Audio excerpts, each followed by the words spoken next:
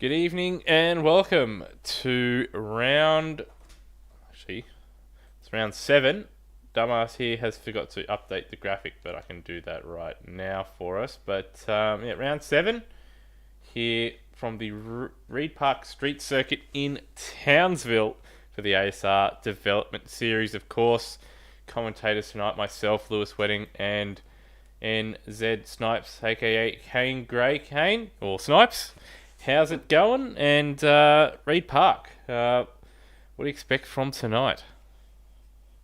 Going pretty well, Lewis. I've been sick recently, but feeling a bit better now, which is definitely a positive. Townsville, she's an interesting circuit, a little bit of a racetrack, a little bit of a street circuit. It is classified, of course, as a street circuit. Very, very fun track to race in my experience anyway. I've very much enjoyed this track. Certainly one where it's easy to make a mistake, and some corners can be deceptively hard to make a pass.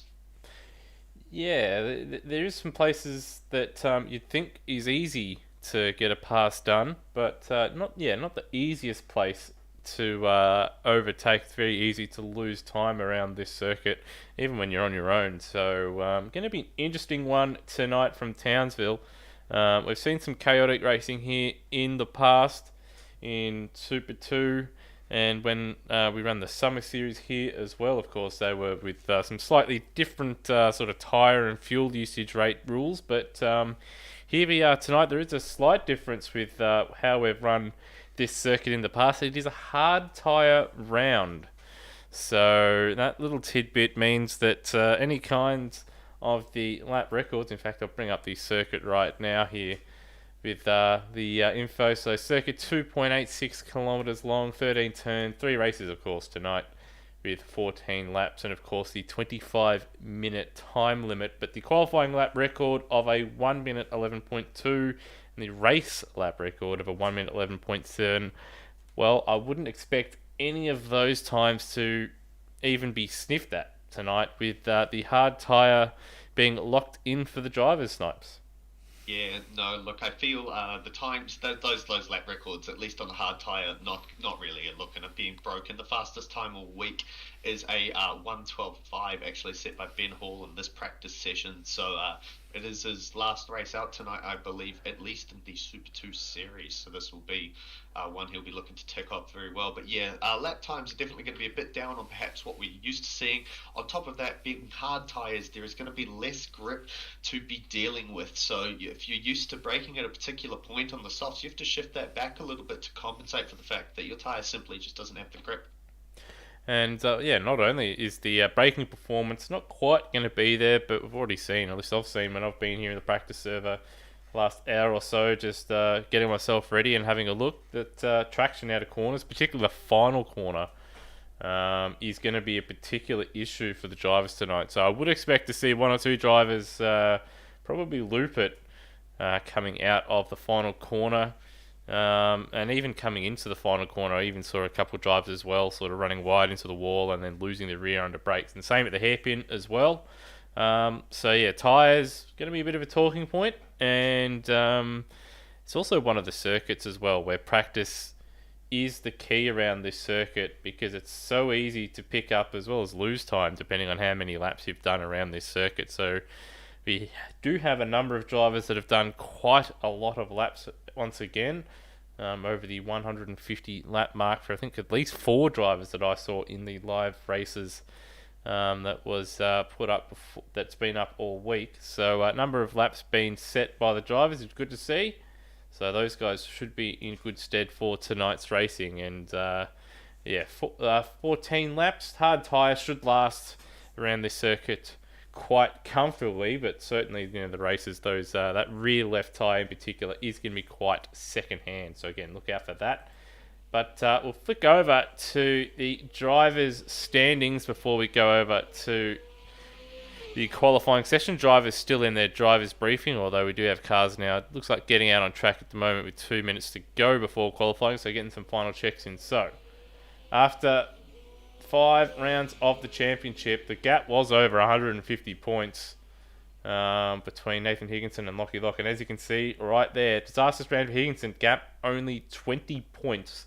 Of course, these guys still a ways ahead of Cheese, who's on 1309, but Lockie Lock right there, and we're starting to get, well, Etrian now is more important than the last. We do still have a drop round to be calculated as well, but even so, it's still very close in the race to the top.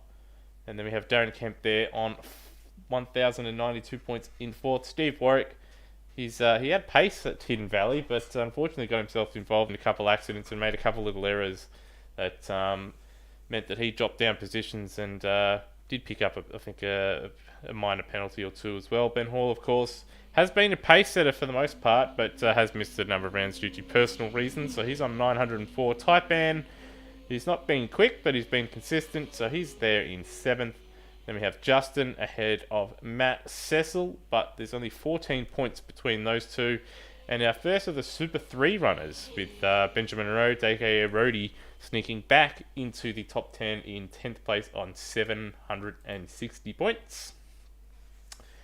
Over the page, we have Luke Yeager in 11th. Phil Donny, who I believe won't be here this evening. He is in 12th place. Zach Brown, also another one I believe who won't be here this evening. He's in 13th place ahead of Ayrton Filippi, and those three drivers not separated by much, so good opportunity here for Filippi to jump up a couple spots in the standings. Another one that I would expect to jump up tonight, barring disaster, Noah Tara, who's looking quite handy pace-wise, right behind Ben Hall in the practice session.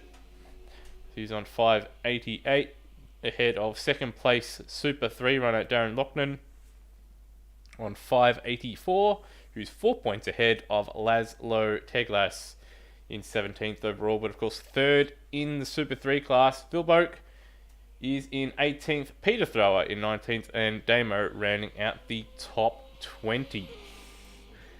Now, quick look at the team's standings before qualifying. Luke McHugh Racing ahead of HME, powered by Kiwi Sim Sports, and you could probably chuck a few other names in there as well, just to make the team longer, I think. But only 38 points separating the two, and of course Luke McHugh Racing will have Ben Hall potentially dropping out of the series for the remainder of the year after this round. So at this stage, even though Luke McHugh Racing does have the lead, one would expect them to drop off. APK Sim Sports in third place. They've done a solid job as a team, although they haven't been as spectacular as drivers what they would have hoped. Kiwi Sim Sports in fourth place ahead of LLM Juniors Academy. KSS Underdeveloped Squad in sixth. First of our Super 3 teams, PBF Scotch Smugglers with Cracker and Rhodey in seventh ahead of Tevez Shadow Racing. The second place Super 3 team. WT Blackshaws in ninth with PBF Academy Customer Racing in 10th place. But there has been a shuffle within the PBF team structure. Alright, Snipes, after that long-winded sort of championship order refresher for everybody, we're just about to tick over into qualifying. Of course, we have mentioned a couple names in Ben Hall, of course, being quick, and Noah Tara, but who else is another man or another driver to look out for in this 10-minute session? On the Super 3 crowd at least, we've got Bailey Hall ever improving again. He's going to be putting himself right up amongst the top Super 2 runners, it seems, time-wise at least. So he's definitely one to be watching out for in this session. We have Noah Tara here, of course, flying along. He's the only one who's got really near Ben Hall's best lap for this whole week, and his best lap is about eight hundredths of a second slower, so he's pretty close. He's there or thereabouts. Lockie Lock is always one to watch. He's put in a bunch of practice. He'll be putting in a bunch of work. He is pushing forward as much as he can towards this title. Nathan Higginson a little bit down, but he's been known to pull it out as well. So there's a few stories coming out of tonight that we could paint. It's going to be very intriguing to see how the session does go. There's a few big names to be watching.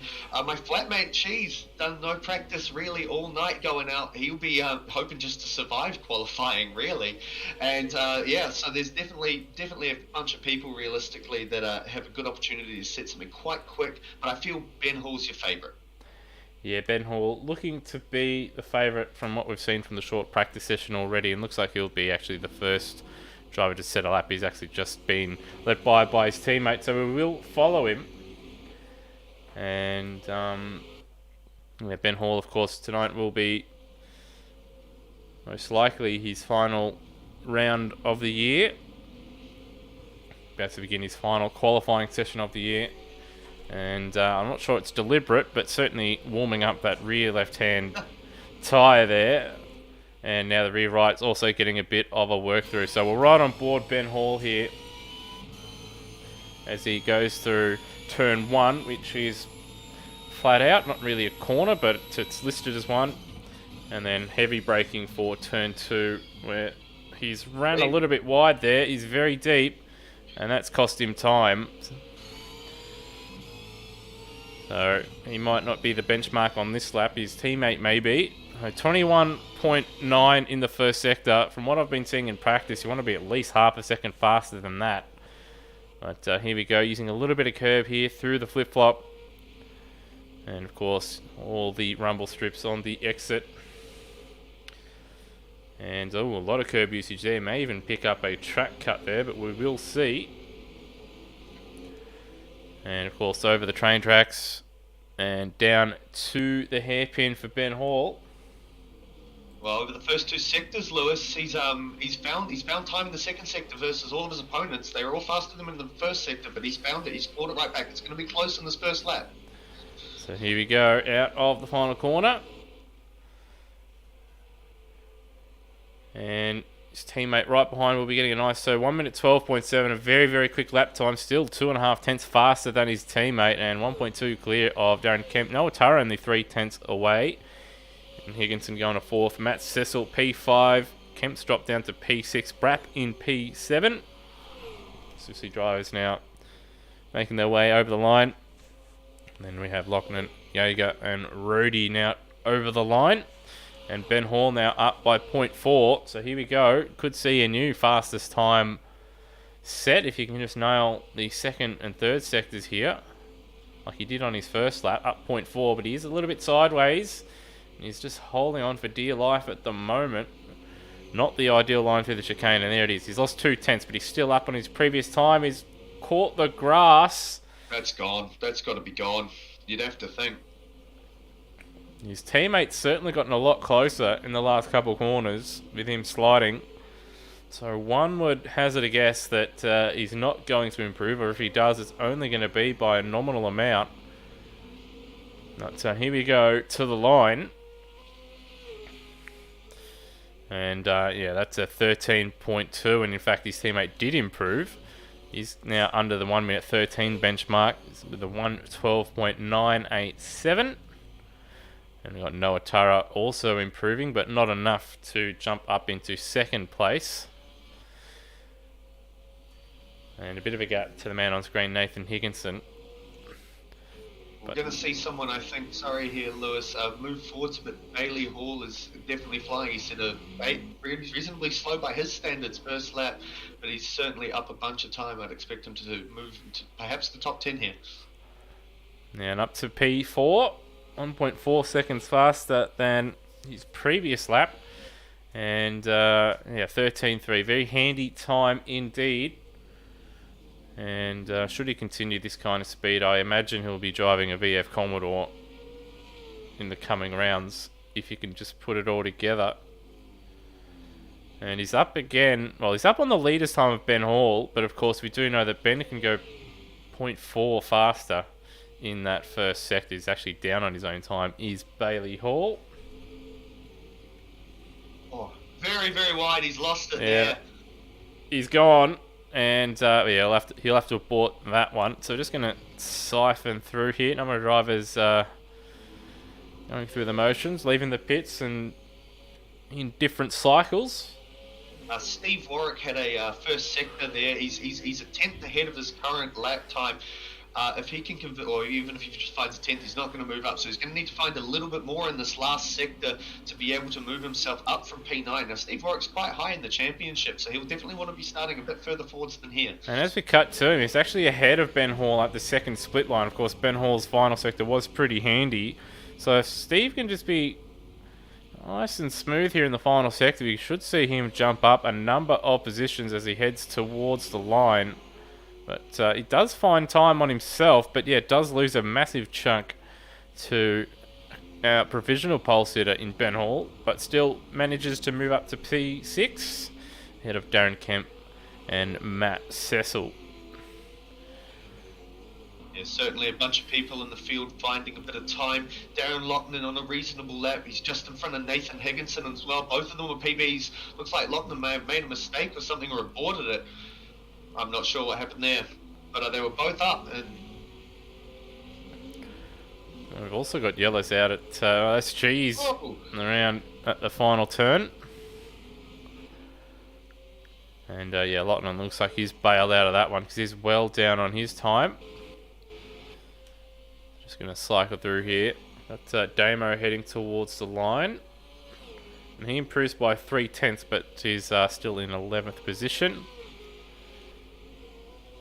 And who else is on the line? We've got Taipan now coming through the final turn. And in 16th, he'll be looking to move up a number of spots here. Oh, Noatara jumps to second there, Lewis. He's usurped Lachlan Lock there to move to P2. Only 7,000ths of a second off Ben Hall. Only problem for him now, though, he's got a lot of traffic in front of him. So he's got a couple of Super 3 drivers in front. He's got Teglas. He's looks like he's getting out of the way, but he's still, yeah, looks like he may abort it here. Got Melody Smith. Yeah, he's backed out of it. He had Melody Smith in front of him as well. Was up on his own time as well as Ben Hall, but he needs a little bit more space to set a lap. But yeah, we're time now to find a good lap too. He's got time for one more realistically, maybe two if he can get to the line quickly. But will he be fueled for it? Well, you need, when you cross the line, you probably need about 2:25 or so, 2:30 to do 2 laps here. See Rody looking like he's getting held up a little bit by Melody Smith, and yeah, Tara coming in. I do wonder if he'll just put fuel in it and tyres and go again here. We got Ben Hall about to start a lap. He's actually got Cheese right behind him here, and I do wonder if Cheese is on a lap, because Cheese was held up. No, Cheese wasn't on a lap. Luckily for Ben Hall, and we've got a car around there. Final corner, that's Teglas. Cut to Brian Walsh, who's very, very wide an exit of the final corner. Walsh currently 18th. He does not improve. We've got Cheese off the road. He's gone back to the pits. And Ben Hall, cut to him. He's 4/10 down at the first split. So his first split wasn't even personal best. Oh, someone to the fence. That's Smith. That's Smith off. Struggled all evening. And once again, finding the wall.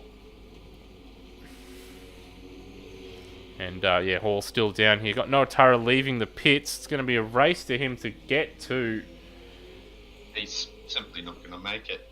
It's going to be very tight. He's going to have to really hustle. Oh, there you go. The race to the line with Noatara. Can he get to start a lap before time runs out, as we see Bailey Hall on his final lap of the qualifying session? And he's actually moved up to 3rd place overall, so he's jumped ahead of Lockie Lock, and with a lap time like that, one would suggest that this may be close to his final round as a Super 3 driver. Yeah, politely speaking, you'd think it'd have to be shown a brilliant amount of pace in his first few races here in the series. He's used the Super 3 series to be analysed, and I think it's fair that he moves up to Super 2. He's definitely quick. Yeah, if he constantly, as he has been last couple of rounds, as he slides at the hairpin, and he's going to be wide there, so any chance of him improving gone with that one.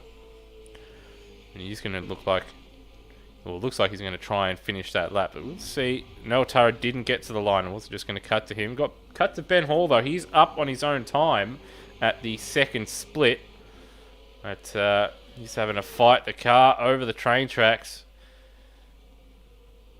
And I don't, Kemp actually isn't too far away from him, only 4/10 away, and on circuit not too far away from him as well. So Kemp finding his feet throughout the sessions. Hall through the final corner I'm not sure if he's going to improve. It did look a bit scruffy in the final sector. Gets to the line, and no, he doesn't improve. In fact, he's 4/10 away. Just cycling through the drivers here, seeing if anyone is on a lap. We do have Damo on a lap in 13th. Going for it, so might be a chance of improving if you can get the last corner right. A bit wide at the apex though, not quite using all the roads, so we'll miss out on a bit of time there. Let's see if it's good enough. It was not. Yeah, it doesn't quite improve on his own time. And that looks like just about everybody. In fact, I would say that everybody now, even though Smith has got a time next to her name, but got the checkered flag as well.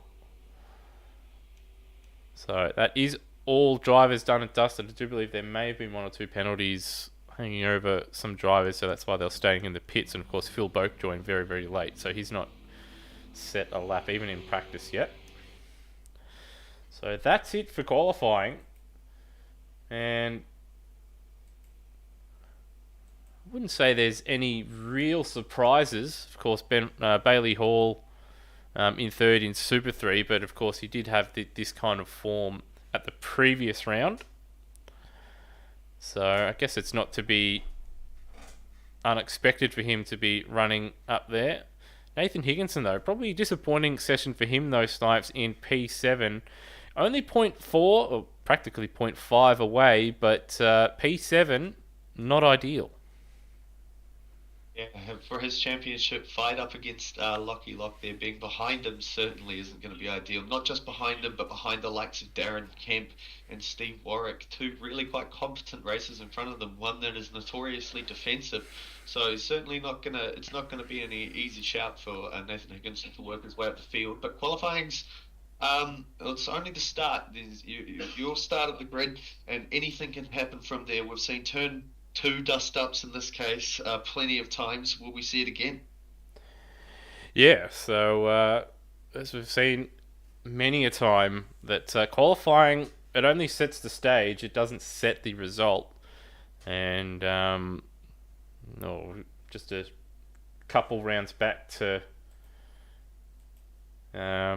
Winton would bear in mind to that, with number of the fast drivers burning through their tyres and throwing good results away, and we ended up having Phil Boak and Zach Brown battling out for the lead with a couple laps ago, which at the start of the night no one would have saw coming. So again, we do have some fast guys at the front, obviously, but we just don't know where they're going to finish.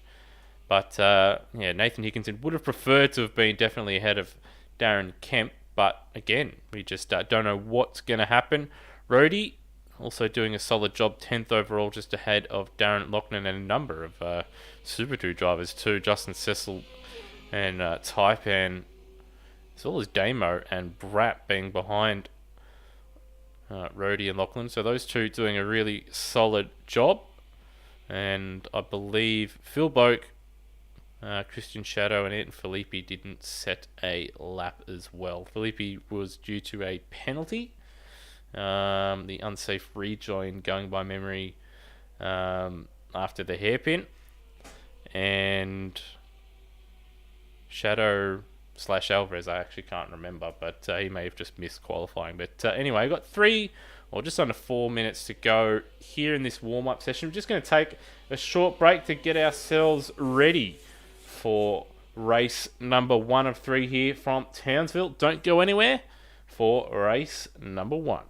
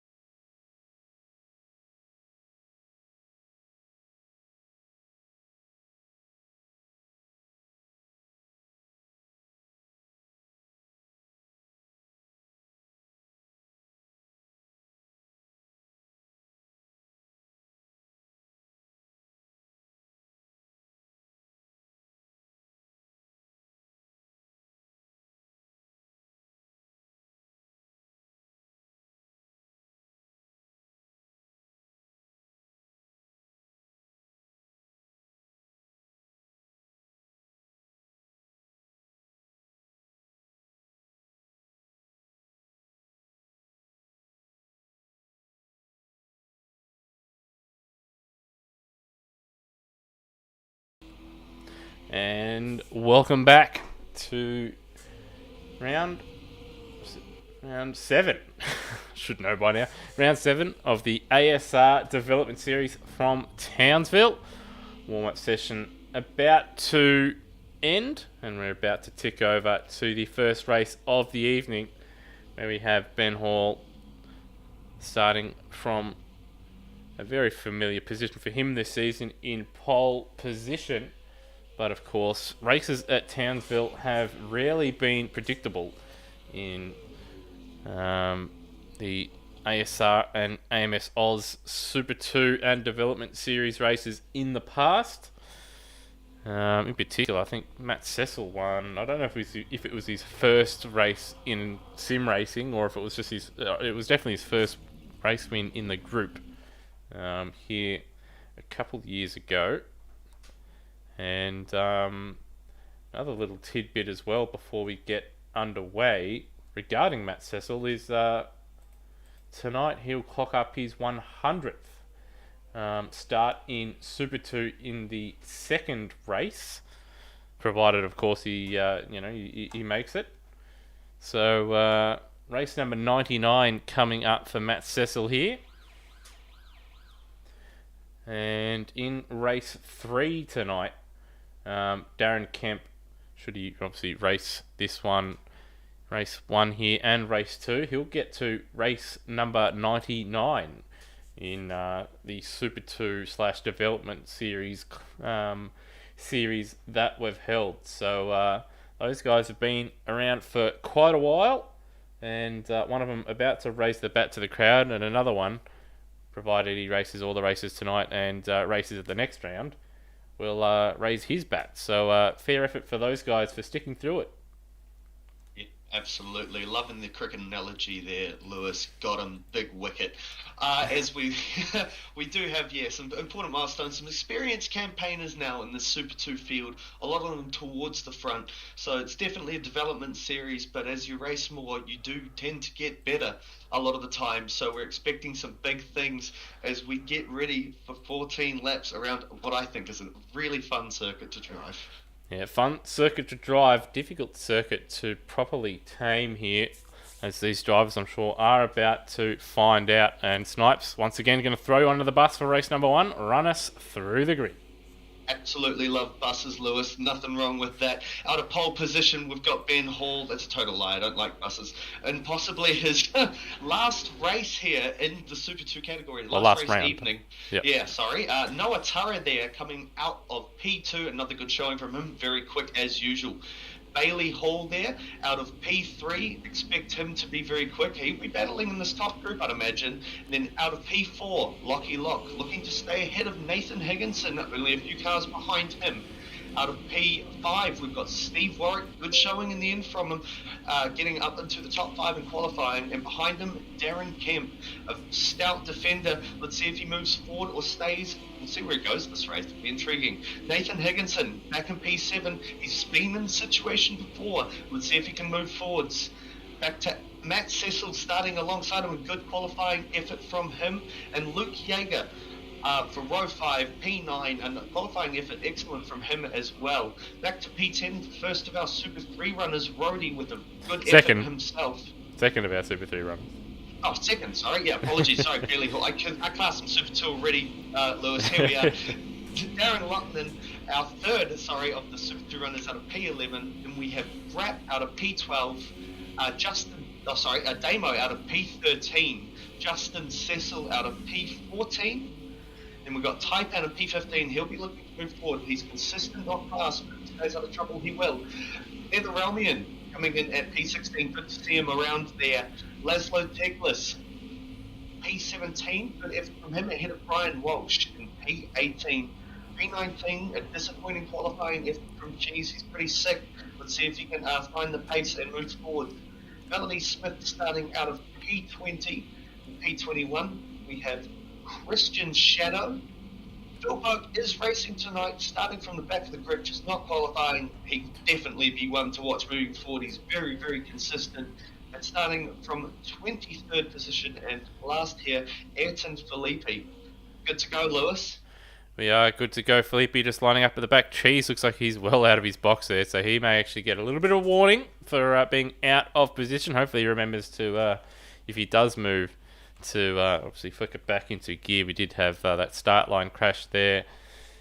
Of course, at Hidden Valley, I think that was Brian Walsh as well, moved a little bit, and Cheese is still there, so it must have been Walsh that was holding us up. Anyway, lights are on, lights are green, and we are racing from Townsville.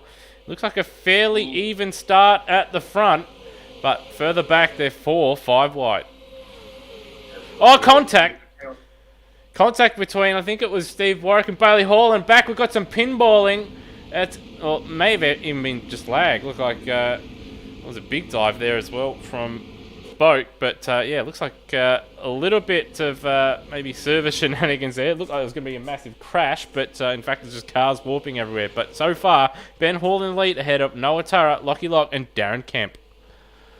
Darren Kemp moving towards there, as well as Nathan Higginson getting a good start into the top 5. Steve Warwick going backwards. Bailey Hall also the big loser out of that, down to P7 as we watch them all go through a tricky little area of the circuit. These double corners, you don't want to get too much onto these chicanes. They can throw you off a bit. But yeah, pretty good start here from the Super 2 and Super 3 field. Largely no incidents. Good effort. As they head into the hairpin, and a mistake from Kemp. That's a free kick for Higginson, exactly what he wanted. Not see the back of is see Darren Kemp, but Kemp on a little bit of a switchback at the final corner, and Higginson might find himself. No, he won't find himself yet. He's still got Kemp behind him here, but Kemp is close enough to possibly have a look up the inside. He's going to try it, and deep under brakes. Probably could have made the move stick if he was on the inside, but didn't commit to it. Went to the outside and then almost ran wide on the exit into the tyre bundles. And Steve Warwick going defensive with Bailey Hall right behind him. That's allowing the front 3 just to get away here. But after that little mistake, bit of a train now behind Darren Kemp. Certainly, and we know he is certainly one to be able to defend and hold his position. He's not one to let just people go by him. I expect him to defend. Let's see how he attacks this particular race with already some fast cars behind him. But he has net moved forwards, so that is still good. It's only up one spot, but the spot is still fantastic. If he can keep clean, he may have a chance of catching up to the front pack, but he won't want to go defensive too early, or else he just won't have any chance of catching them unless they make a big mistake. Yeah, it might just be time to just consolidate his position if he can, and see if he can claw back time. In fact, he's made a mistake at the final corner. We did see the smoke. He did lock up, and Steve Warwick right there. It was a little bit of slight contact there as they come out of that final corner. Warwick got the slipstream. We're going to try and go around the outside at turn 1 and turn 2 here. Hard place to make a move. And in behind, Matt Cecil also just having a little bit of a look at Bailey Hall. But so these guys now have been dropped by Nathan Higginson. As we see Steve Warwick again having a look. Kemp going defensive, just planting that car in the middle of the road. And Bailey Hall got the good run out of turn 2. Or turn 3, I should say. But can't do anything with it. And once again, Kemp sideways. And that's blocking the rest of them. It's just aggravating this group. And Warwick wanting to get that move done.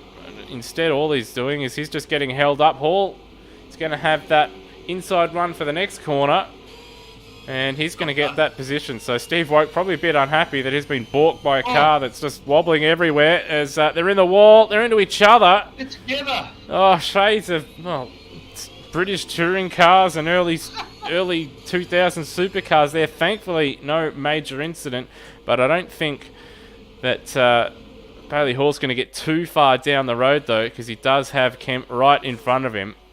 And in fact, there's quite a big train that's formed up behind Darren Kemp now. Yes, certainly one to be on the defensive. He's not going to let anyone go, and when you are driving defensively, you are slower around the circuit. So naturally, people who have practiced a lot and have really got a bit of a flow around this circuit are going to put pressure on you, especially if you make mistakes. What Kemp wants to do is drive smoothly and quickly and try to pull away with pace. If he can do that, he doesn't have to drive defensively. But sometimes it's also better just to let the faster go through, especially if you're making lots of mistakes.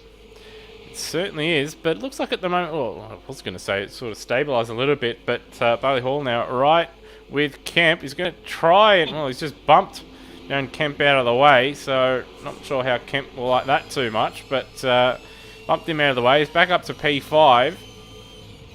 And, Kemp right there, deep under brakes. He may just try and force the issue after that impolite little nudge out of the way. As Steve Warwick now defensive. He's got Matt Cecil right behind him. Matt Cecil doing a pretty good job so far. Of course, previous winner at this circuit. We see Ben Hall with the fastest lap of the race. Out in front, 1.6 clear of Noah Tara, who's 1.1 clear of Lockie Lock, and they've got a 2-second gap over Nathan Higginson.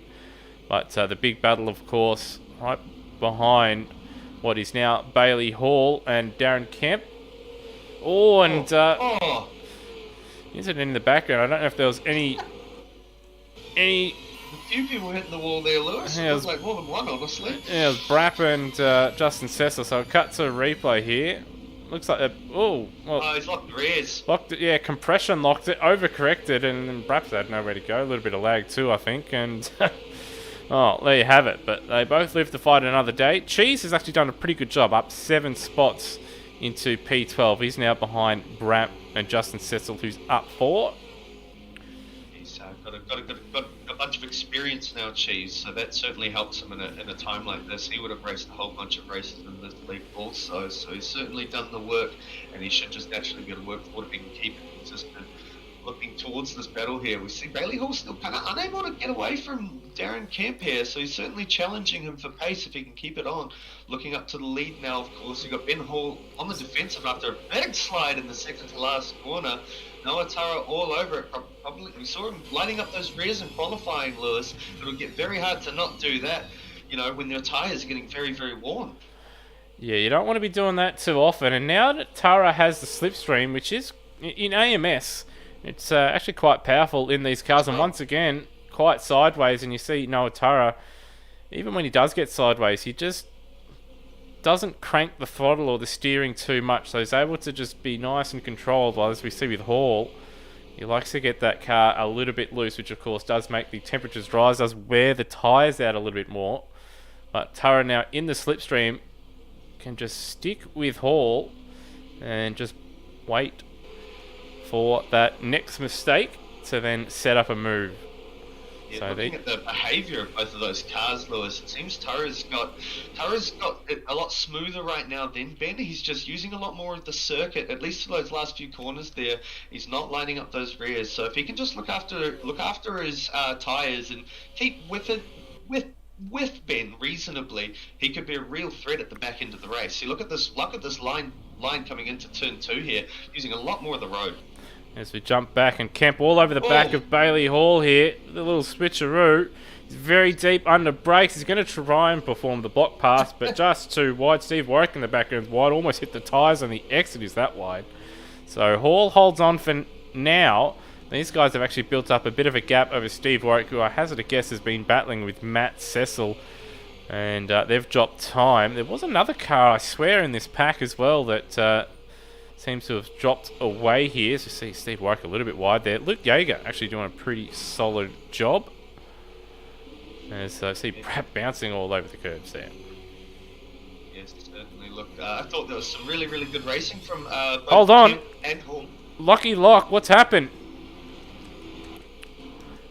Oh, just a timing glitch. Just a timing glitch. It says he's 18, but it should correct itself. Yeah. Sorry to cut you off there. No, good bro. It looked like an absolute imminent disaster. However, it was just AMS doing AMS things. Lockie Lock holding down a solid P3. He's been driven away from a little bit. But my point there was, here at turn 2, I thought that was really good driving. Darren Kemp was hyper-aggressive down the inside. Bailey Hall saw it coming, left him the room to go deep and turned down the inside of him. Got a really, really good run up to 3. So I thought that was really, really good driving from both of them, really. But Hall in particular to be aware of what stood. Yeah, Hall showing good racecraft from someone that we've not seen too much racing of, so I don't know how much racing is done in the past. As Steve Warwick loops it at turn 3. He's on the inside of the track. He's at a very awkward part of the circuit to try and get going, so he's just waiting for a gap. And He's done the smart thing. He's just waiting at the moment, but that's cost him dearly. Oh yeah, this is painful. It's always painful when you make a mistake like that, and you've just watched the field drive by because you simply can't pull out. You have to wait for them to go, and he's done the right thing there and waited for them. But now for Steve Warwick, the challenge is, all right, this is where we are. Eyes forward. How far can we get? Yeah, that's the big challenge. Plenty of laps to go as we jump on board Phil Boak. He's got Damo right in front of him. He's trying to pass Taipan. And I think Phil now is starting to get to grips with the hard tyre and the circuit. As I say that, he gets hit right out sideways. But I reckon he may be getting held up from these cars in front. You see Cheese very wide just ahead of those two. So massive battle pack now behind Justin Cecil. Yeah, certainly. It's on for young and old all throughout the field. Phil Buck, very experienced campaigner. He should be able to find his way through, but he's going to have to pick his moments. We see Damo going up the inside of Taipan. Taipan trying to get down in the corner, but he's gone a bit deep, and Damo gets the move done. I fancy Boak's got it too. We look up the front, and it's Ben Hall's lost P1 there. I wonder how that has happened. Noah Tara in first. He's pounced. Will he be able to drive away as we see what's that? Teglis or Alvarez in front of them. It's Teglis always deep, and Noah Tara very smart driving. Just left a little bit of a gap so they could both navigate the corner. So I'm just seeing from the live chat that Ben lost the lead at the hairpin, so I'm guessing that's the what is essentially the second last corner or third last corner. But these guys are battling for sheep stations, and that's going to bring Lockie Lock into play. Turret defensive now into turn one. It sounds like they've got more traffic as well, just a little bit down the road. And Ben Hall's drive for the old switchback, and they're just driven straight into the back of Tara, and he's going to get that position. So I don't think Noah's going to be too pleased with that. And eventually cedes position. Yeah, he could be feeling slightly aggrieved. Didn't go into a wall, but certainly got bumped off as a rhythm and touch. He was trying to block the line, and he did a pretty good job parking his car. Ben was certainly trying to get in there, but yeah, there wasn't really a car width on the inside of Noah Tara, and Ben Hall's just said, "All right, mate, I'll go through you," and he's retained the position. Yeah, so interesting one, that one, but still plenty of time for Noah Turret to rectify the situation. With all that battling going on, though, Lockie Lock now only 3 seconds away from the race lead. As Noah Turret very deep under brakes. It's going to cost him a little bit now. Maybe just starting to overdrive it a little bit. Maybe the tyres just starting to fall away from him here, but still right there, right in the wheel tracks of Ben Hall. Ben Hall's still defensive there into turn two. He's trying to do essentially what Noah did last lap. Noah not quite as aggressive, probably not quite as close to Ben Hall to be able to affect the pass. If Ben Hall can keep it smooth, he might be able to drive away from Noah. It's going to be intriguing to see these two their ultimate pace, but it is very clear it's tight. It is very tight. Have seen Darren Kemp and Bailey Hall now switch positions a couple times in the sort of last 30 seconds, hence why we've dropped back to it here. So Kemp now back in P5, and that may be a good thing if these guys continue battling for the likes of Matt Cecil, who's actually now with Steve Warwick out of the way in P7. Bailey Hall right on the back of Darren Kemp. And you've got lap traffic in the way. It's going to be awkward. Smith doing her best to get out of the way, but did block a potential avenue for Bailey Hall, who's going to have to think now into the final corner or into turn two. It tries to open up the corner for the better exit, but just missed the apex. The difficult thing about it is if you go for the over-under, you take a wider approach to get a narrower line out. It also sets you up for the outside, so if your run's not good enough, you are not in the advantageous position. Darren Kemp knows where the advantageous position is. That's the inside. Bailey Hall's still trying it, and heck, if he stays alongside, he's got a slight chance, but he's hit the wall. Alongside enough, yeah, and he's hit the wall there. So he's just... The wall does sort of clip out a little bit, shades of Newcastle. And rear left quarter panel or wheel just caught it, and that killed the momentum, and he actually did a good job of saving it. But looks like Matt Cecil is starting to close on these guys now that they're all focused on each other and setting ideal lap times here. At this point now, it is the battle for P5. I feel with barring a major mistake, he goes far too far up the road for them to catch without them setting some incredible heaters. So yeah, that's battle for P5 and trying to ideally keep in front of the people that are behind you. You know, obviously both of these guys really want their position. They're racing each other hard. They're racing each other largely very cleanly, as far as I can see. So that's good to see.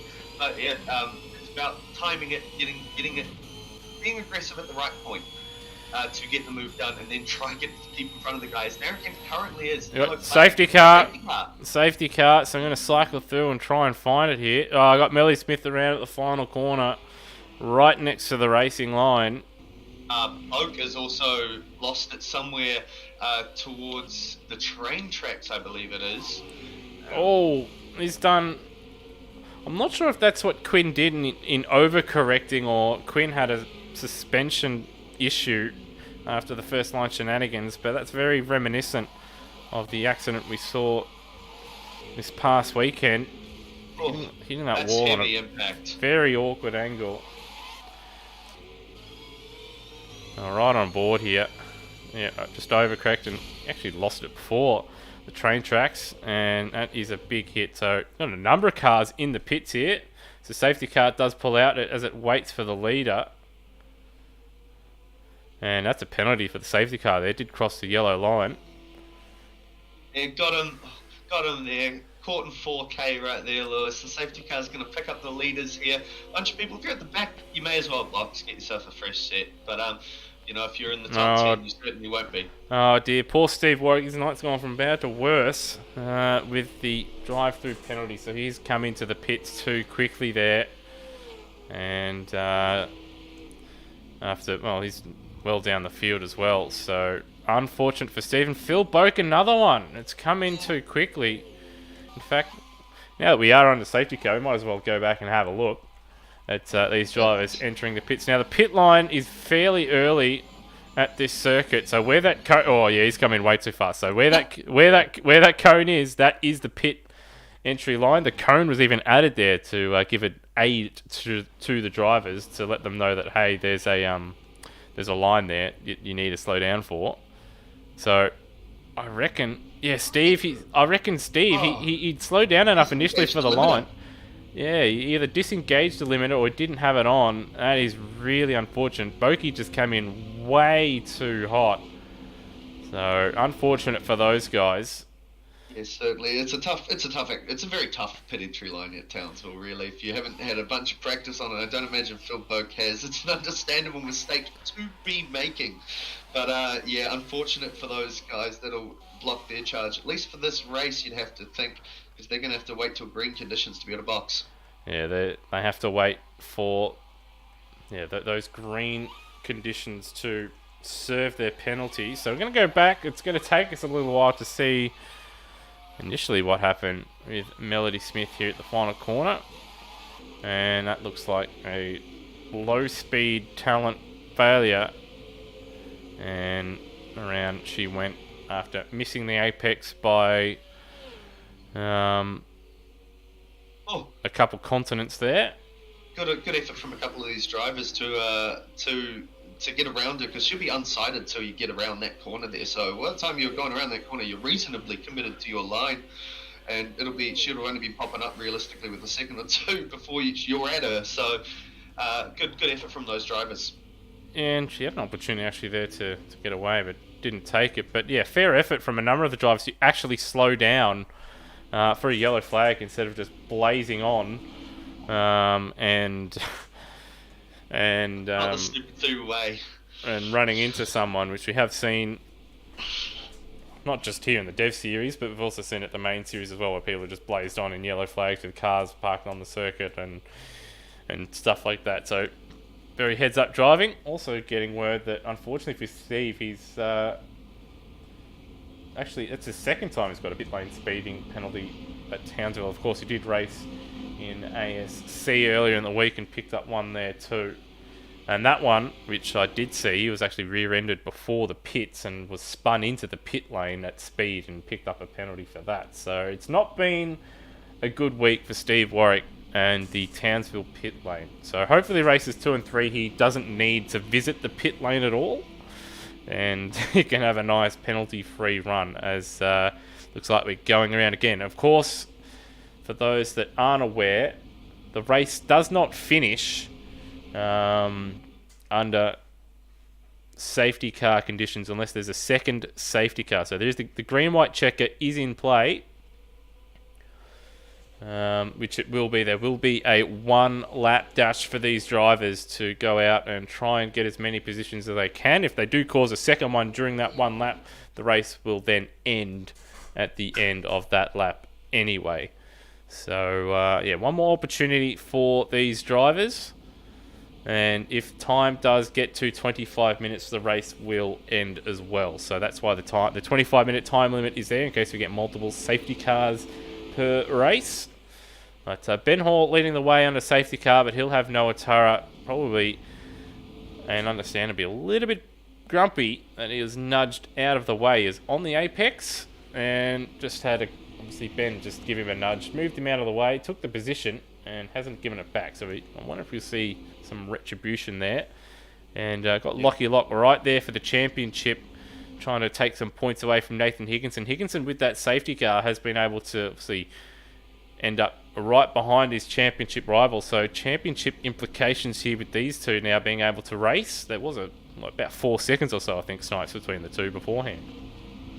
Certainly, look at that.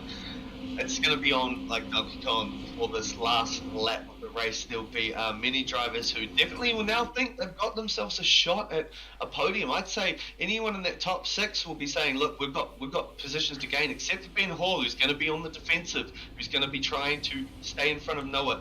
It'll be important for him to get himself a really, really good start.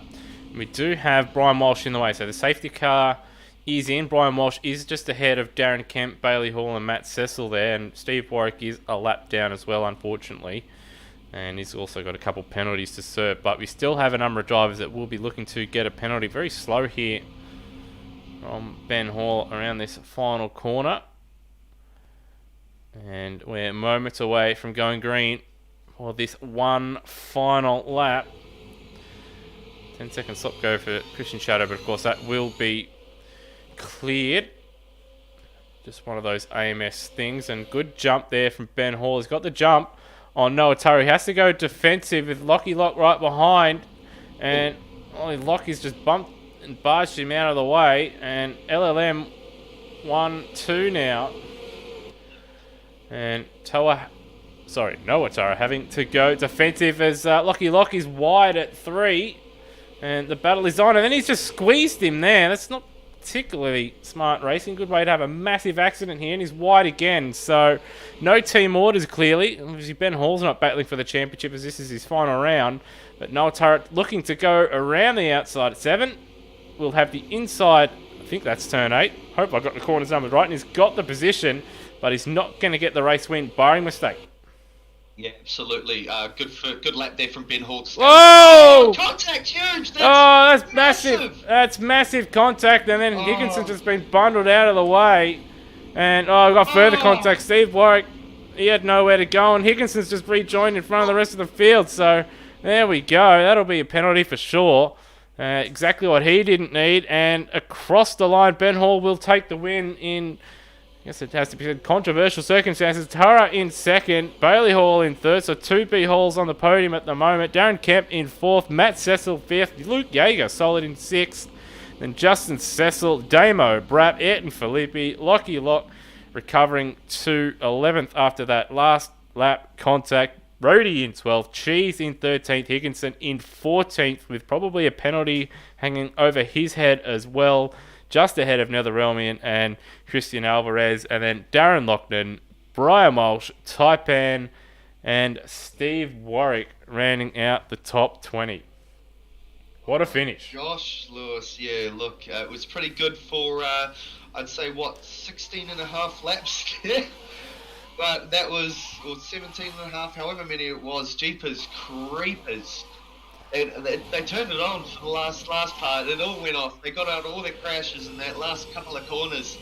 Basically, one go, absolutely wild. Higginson just too deep. Tried to get the inside line, was too desperate for it. Tried to make it 3 wide essentially, and it just did not work. He was far too deep. That's a questionable rejoin. Yeah, that will be a severe penalty if you rejoin the circuit and cause an incident. There's that may even venture into the realm of a disqualification for Lockie Lock. So both those guys are going to end up with a story of what could have been and what should have been. Yeah, and when you think about it here, a potential penalty perhaps for Ben Hall if that isn't judged to be an egregious bump and run.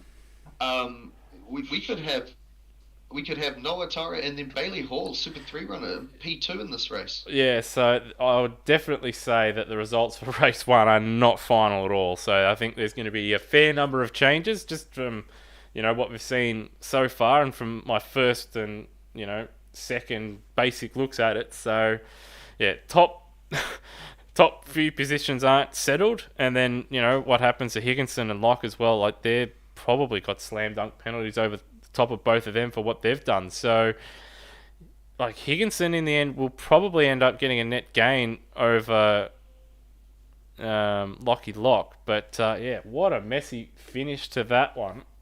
And we still have 2 more races to go. Townsville never seems to. Well, it's always a bit controversial. It's always action packed at the end.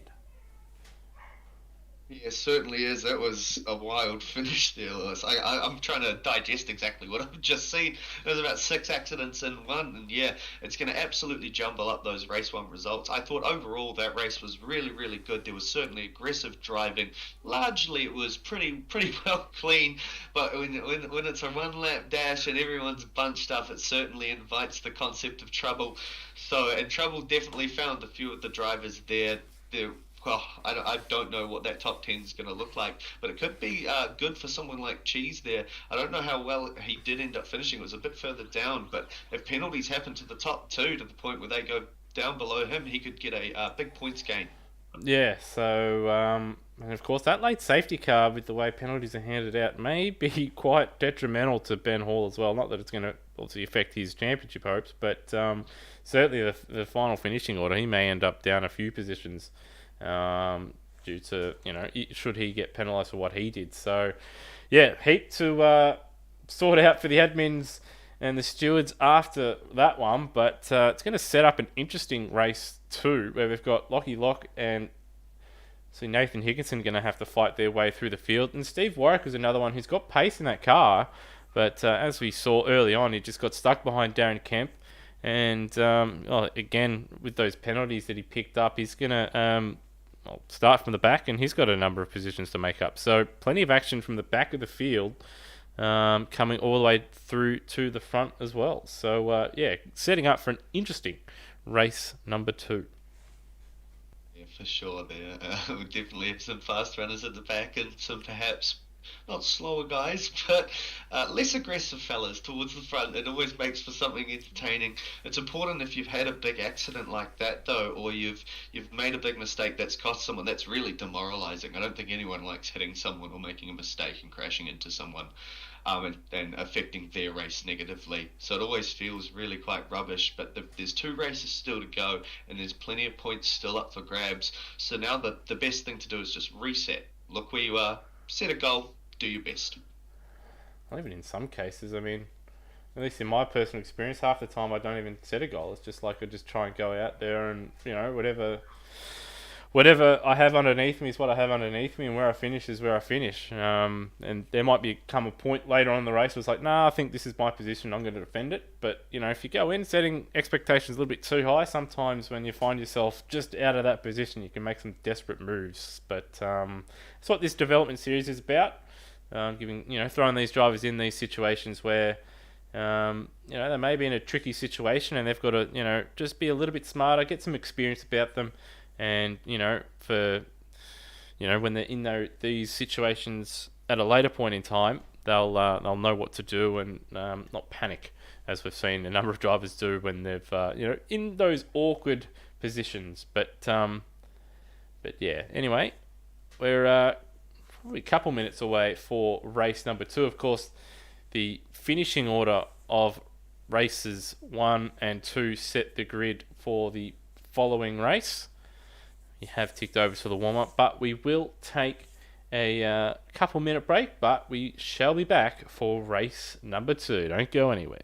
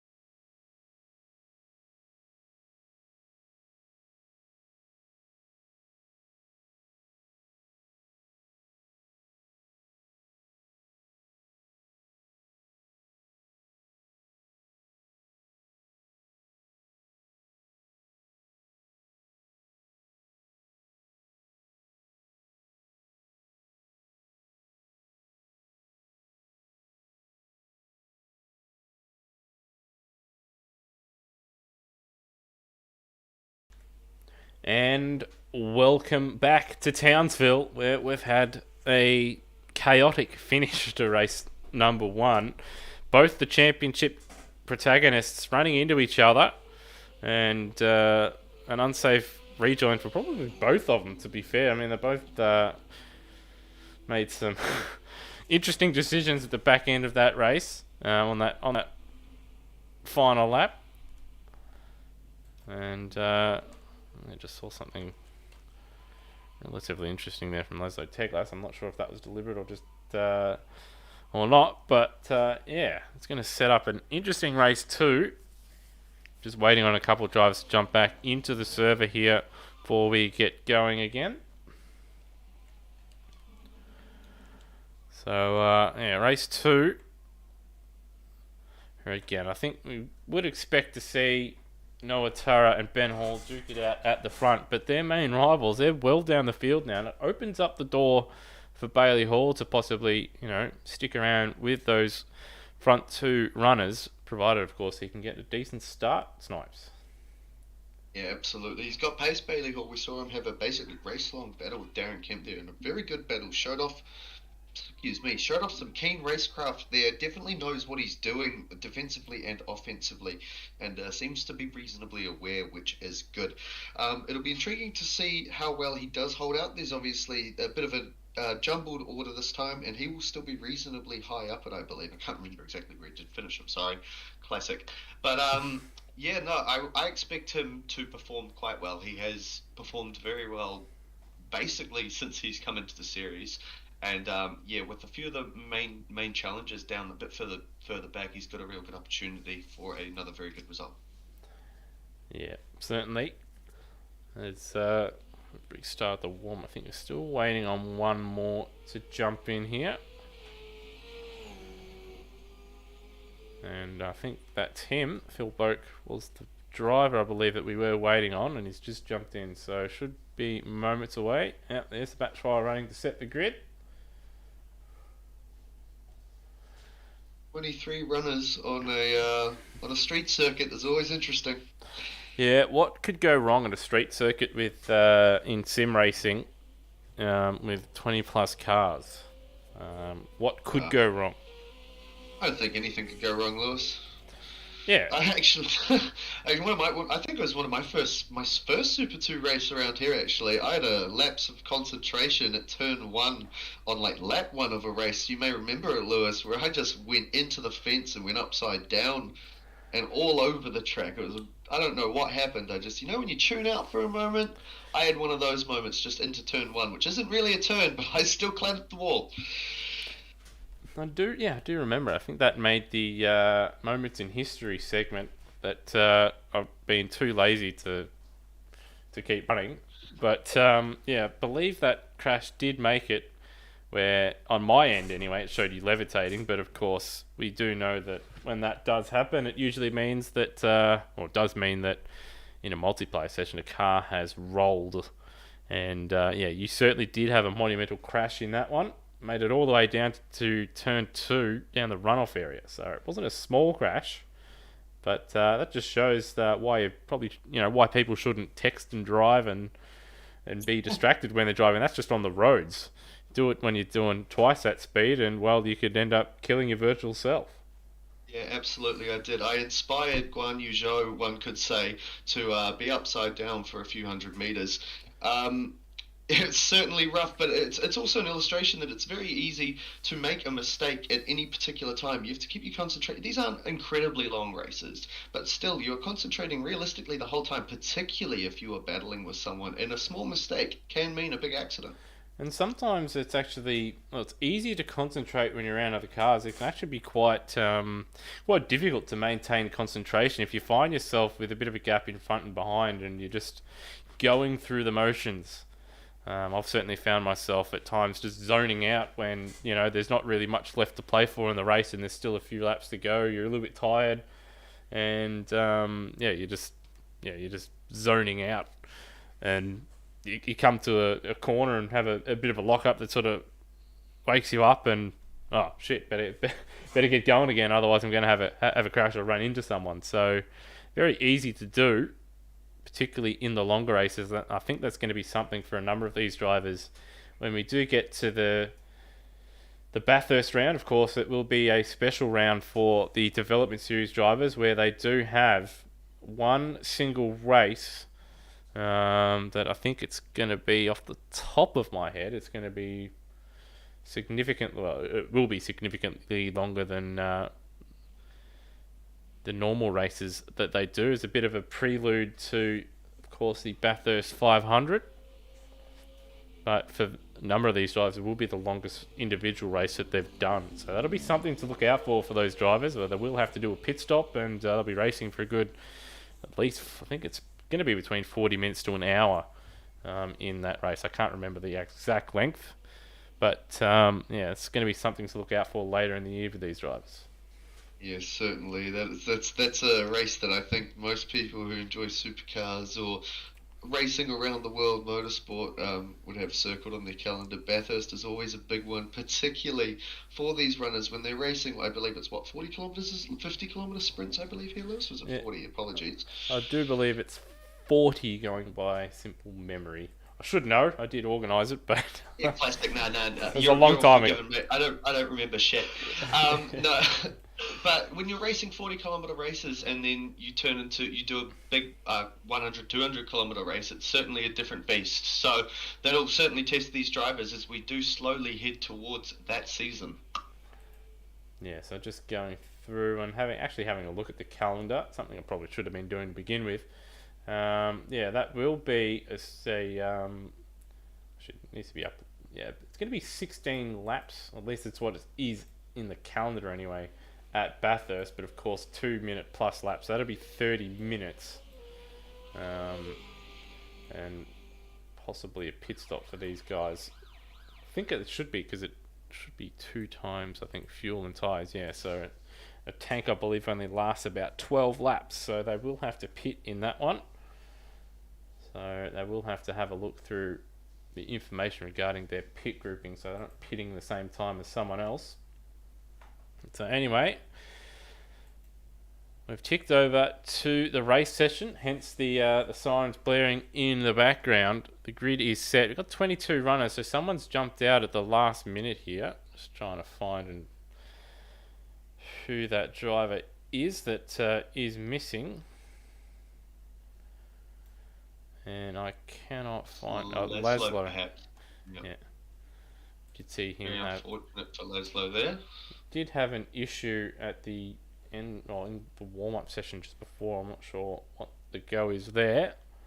But about to get this formation lap underway with same front row that we saw for race number 1. Ben Hall will lead away from pole position. And then we have Noah Tara joining him on the front row, of course, in second place. Bailey Hall will start third for 38 Racing. And we have Darren Kemp starting in position number 4. Matt Cecil will start in P5. Good start tonight for him so far, as with Luke Yeager, who'll start in P6 ahead of Justin Cecil. In P8, we have Damo Brapp in position number 9, with Ayrton Filippi rounding out the top 10. And we have Lockie Lock, of course, that late drama. Instead of finishing second or third, he'll end up starting in 11th. Rody will start from 12th in this one ahead of Cheese. He was able to make up a couple positions in that last one. Of course, he's not feeling well at the moment. And then we have Nathan Higginson, who'll start in 14th.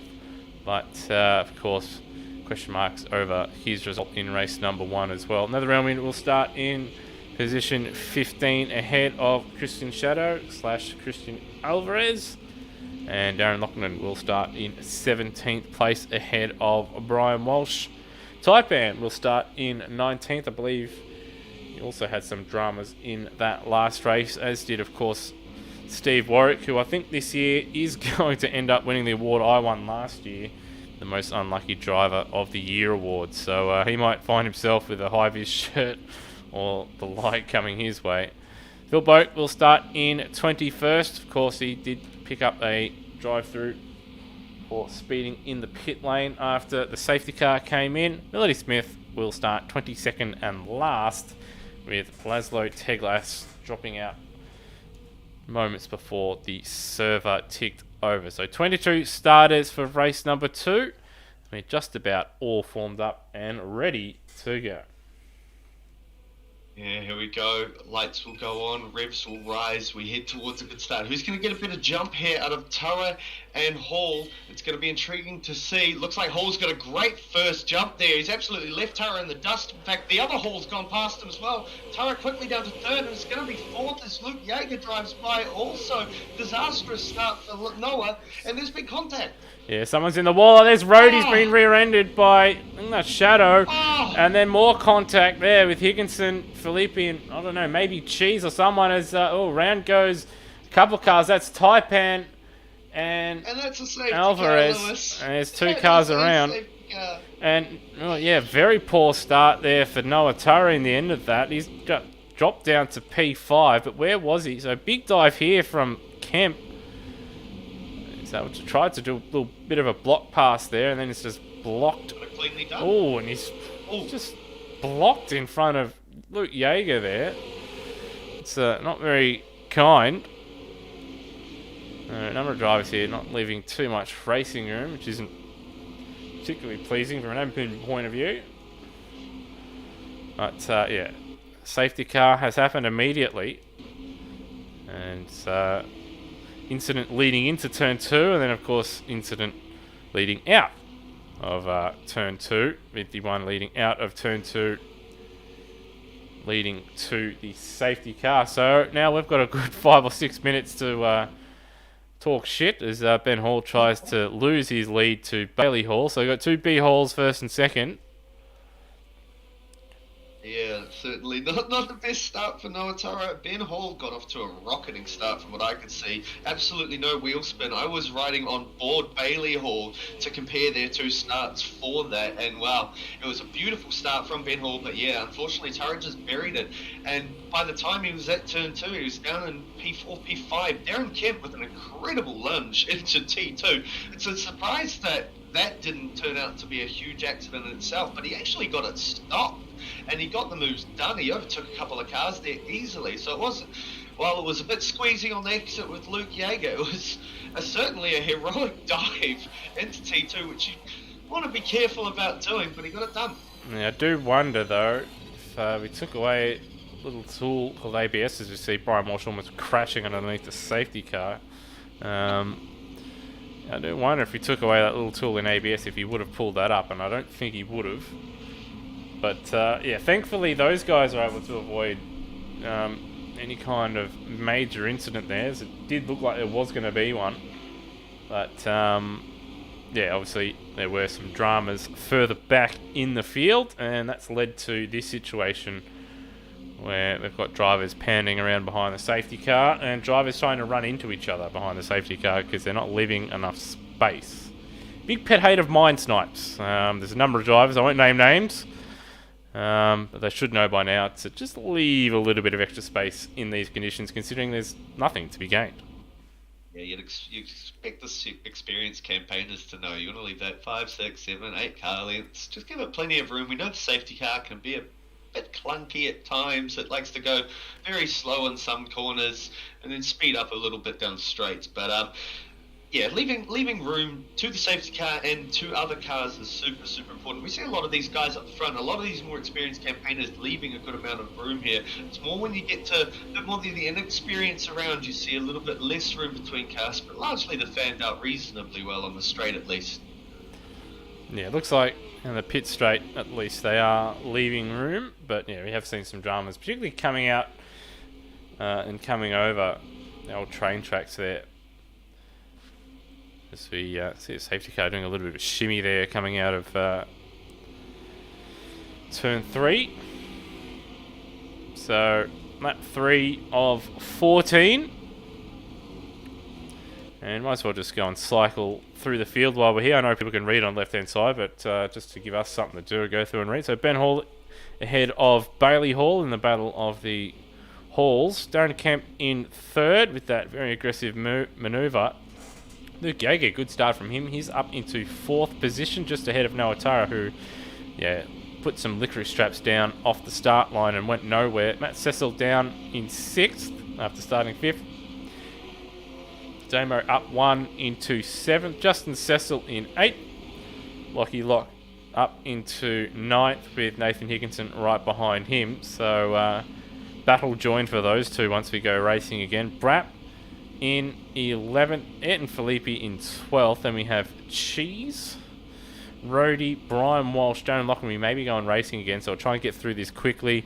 Netherrealmian, Steve Warwick, Phil Boak, Melody Smith, Taipan, and Christian Shadow / Alvarez. Score here, Lewis. Sorry to cut you off there. And none of the drivers had been warming their tyres really all that much. So, once again, Hall waiting to the line. Away he goes.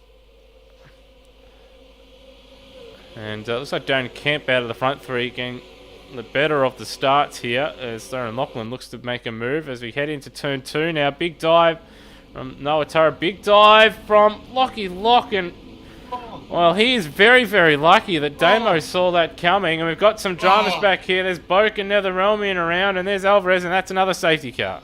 And what the hell was Christian Alvarez doing? He had 2 cars stationary in front of him, and he's just gone and parked it. Well, ran into it. Very much.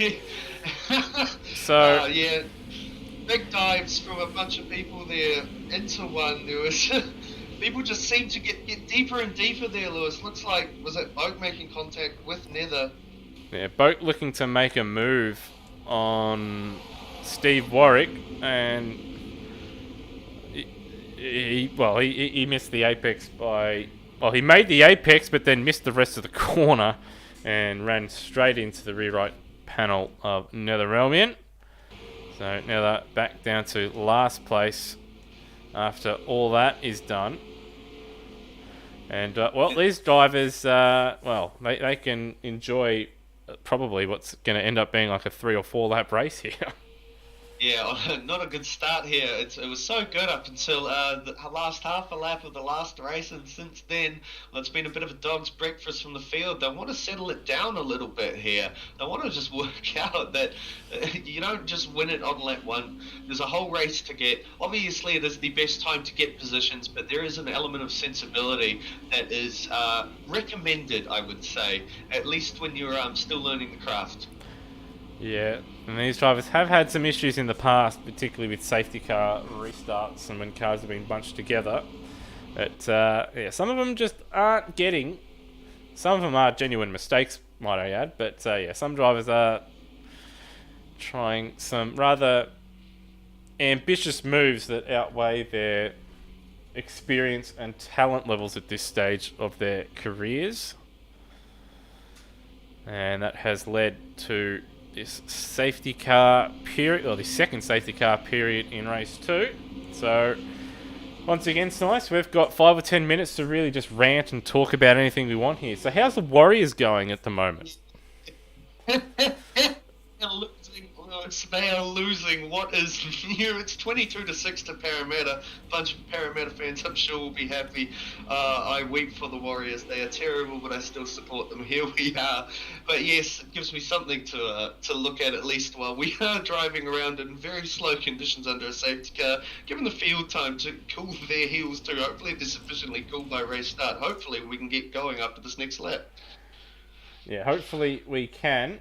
So, yeah, just having a look at NRL.com, and yeah, Eels 22 play the Warriors 6. But that's pretty relevant to my team in the AFL, where the Western Bulldogs 65 play St Kilda 18. So, both our teams doing terribly, so we can't talk anything positive about our respective football code teams. Oh, dear. Well, I can say, because there's going to be 2 people that watch this and none of them really care about the AFL, that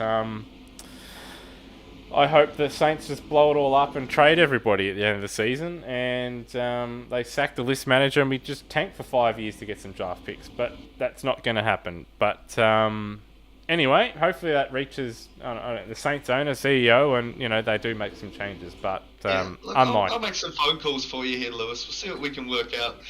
Certainly, if you could quickly call up the Warriors management too to sort their shit out, it would be very, very nice. We've had 11 coaches or some shit in 10 years. Not actually that many, but it's been ridiculous. So, yes, down in the dumps we all are. The Warriors battling for the spoon. Gotta love it. Parramatta have scored again. That's all right. The Western Bulldogs probably have scored again as well. I've just turned those tabs off on my browser because it's... I wouldn't say it's embarrassing. It's just very, very frustrating.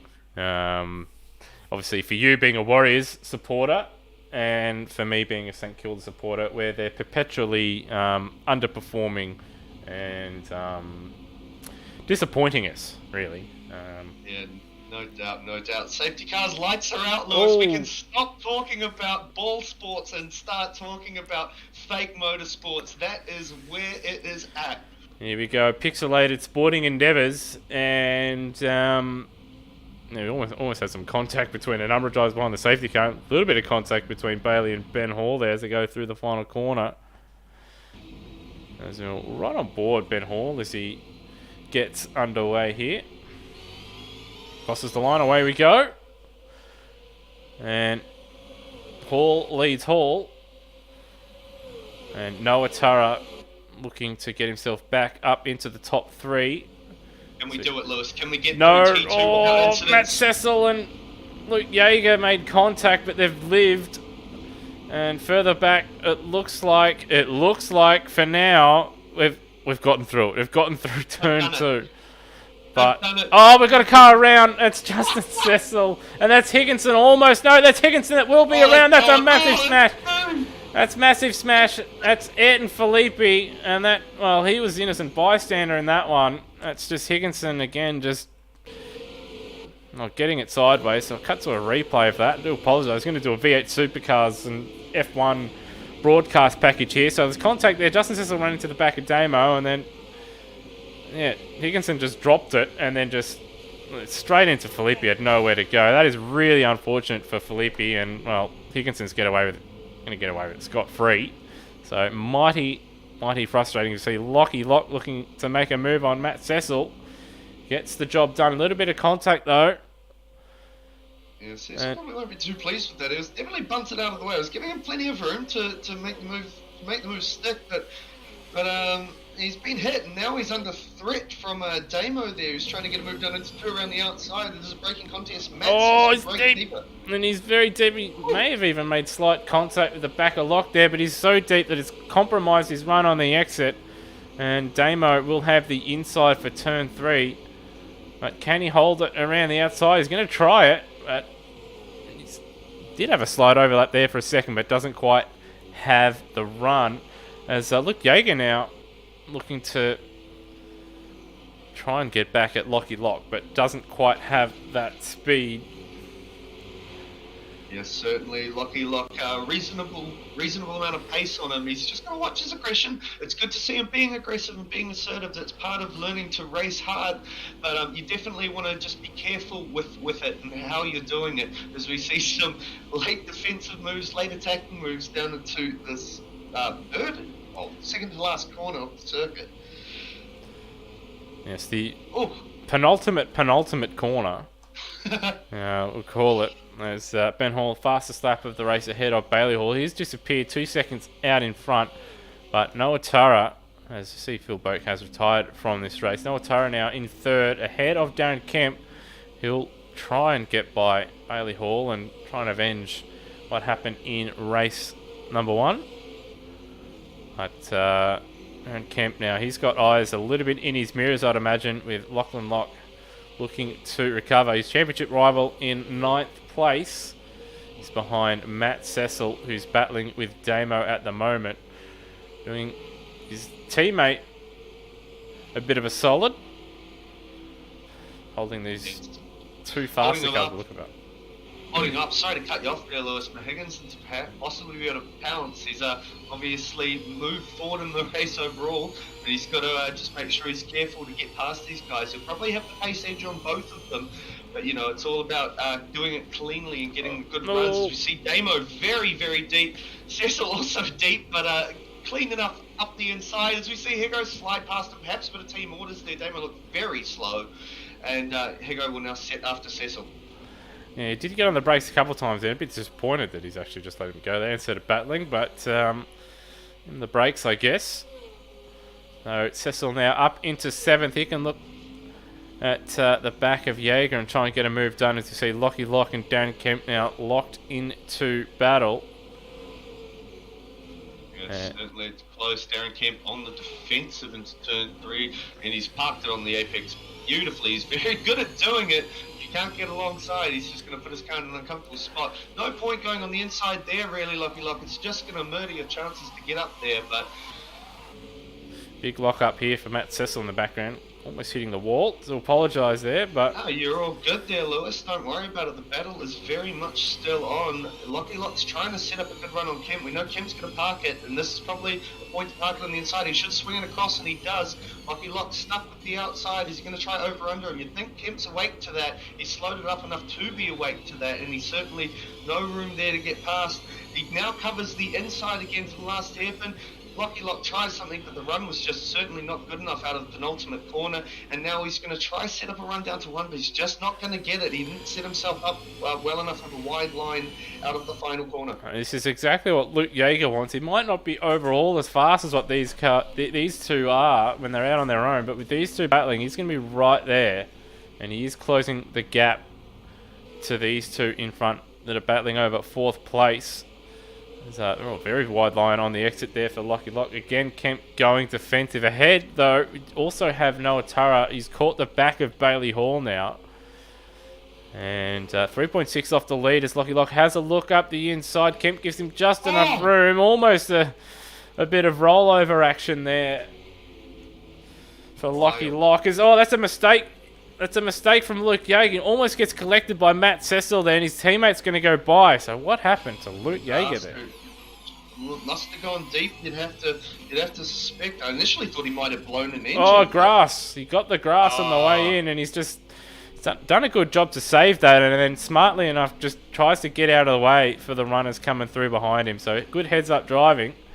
But unfortunately for him, now back behind his teammate, as the battle rages for 4th place. But the battle for 2nd is over. Noah Turra will cut to a replay here. Looks like he set it up quite early on in the lap. So Bailey Hall a bit slower coming in to this little bowl complex coming up to the railroad. Didn't have a particularly good exit. Turra right behind him. And... good assertive move on the inside at the hairpin. So Turra now says he's in P6, but that's just a timing glitch in AMS. You can clearly see he's ahead of Bailey Hall, and it's just updated, but he's locked up. He's ran wide, and instead of just owning the track cut, he's come back onto the circuit, and all his hard work undone.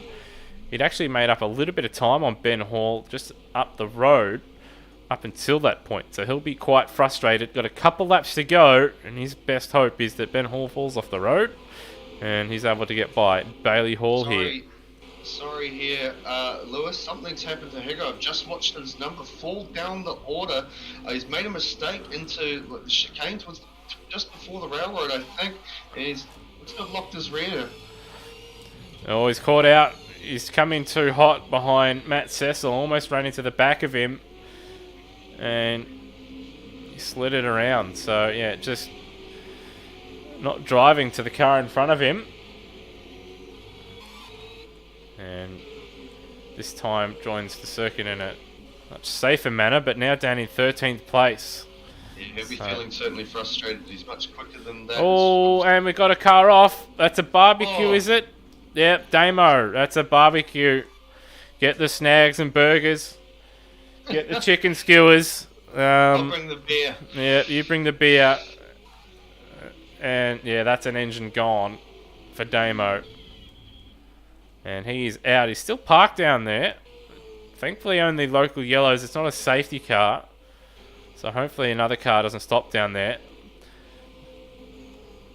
But yeah, there's him out of that one. But Bailey Hall now holding on to 2nd place. A little bit further back though. We've got Lockie Lock and Kemp sideways. Or side by side, I should say. Lock on the right side at the final corner this time. But he's gone in deep. He'd got himself ahead, and all he had to do was pull it up in the final corner. Instead, he's got one more lap to find a way by Darren Kemp, who's been very difficult to pass throughout his career. And we've still got yellows down there, and Damo's still parked down there, so hopefully he presses escape and people that are trying to set up a move down there can, pass. Yeah, totally. You definitely want to get out of the way as soon as you can. If you're out of the race, you're out of the race. And so we do have the advantage in Pixel Sports to be able to just get to the garage ASAP as we look at Steve Warwick down the inside of Luke Yeager into 3. There is enough room, just hard racing between the two in the last lap. Steve Warwick's got the pace here, but he swings by. Yeah, that's actually good driving from those two, and it's actually good to see, Yeager and Steve, they gave each other space in that little sort of kink after turn 3 there, so kudos to those guys not trying to run each other into the fence like some guys did in race number 1 there. But Ben Hall will come over and take race number 2, but we don't really care about that because this is his last round. But it's going to be a drag to the line, is it? No, Bailey Hall's just going to hold on, so we've got a B Hall 1-2. Noah Turra, after his poor start, recovering to P3 in the end. And then we have Lockie Lock ahead of Darren Kemp. So what's happened here? Oh, a bit of a bump and run. So that'll be another one that gets looked at. Because Kemp was quite clearly on the apex. And he's just given him a nudge and forced him wide, kept his foot in it and driven by. So, again, more drama. Between those two, 4 and 5. Matt Cecil coming home in P6. Solid night from him so far. In That's this his 100th race too. Sorry, Lewis. He's finished his 100th race in P6. Yep. Has been a good track for him in the past and looks like it's continued. Steve Warwick doing a really good job, able to recover to P7 in the end, up 13 spots. So hopefully race number 3 he can get a really good and strong result because he does have pace in that car. Yeager home in 8th. He's got pace in that car too. He's just got to cut out those mistakes and he could find himself up a couple spots. Justin Cecil in 9th ahead of Brapp in 10th. Rhodey in 11th ahead of Darren Loughnane. Taipan in 13th. Christian Shadow / Alvarez in 14th ahead of Nathan Higginson, who must have made another mistake as well because I believe he was wasn't that far down after he made his mistake. Brian Walsh home in 16th ahead of Cheese in 17th. Another Elmian home in 18th. Melody Smith in 19th. Filippi home in 20th with Damo and Boak both failing to finish. Well, yeah, it was another good one. A bit more worrisome at the start there, Lewis, but almost reverse trend of the last race. It definitely tidied up largely towards the back there. Although seeing mistakes creep in from a lot of these drivers, a lot of drivers that are particularly that can be really, really quite good on their day are just lacking a little bit of consistency. It's certainly been an off night for Lockie Lock and Nathan Higginson also having a bad one. Our 2 championship protagonists, both in the mud.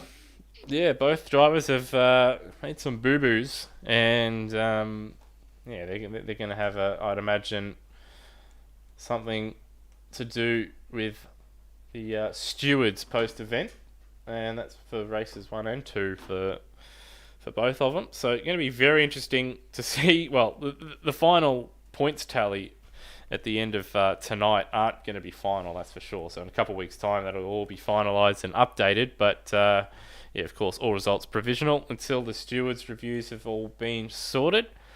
But, race 3, hopefully we can get Noah Turra back up there into second. Sorry for all you Bailey Hall fans out there, but just for a battle for the lead, it'd be ideal if we could get sort of Noah Turra there, because he does seem a little bit quicker than Bailey Hall, and we'd like to see, obviously, Ben Hall and Noah battle it out in race number 3 for a good result. Or perhaps even a random safety car that, both those the leaders are out and we get some random winner again. That'd be pretty cool as well, just to get another first-time winner or anything. But anyway, that's his race 2 done and dusted. We'll take a short break. We'll be back in a couple minutes' time for race number 3. Don't go anywhere.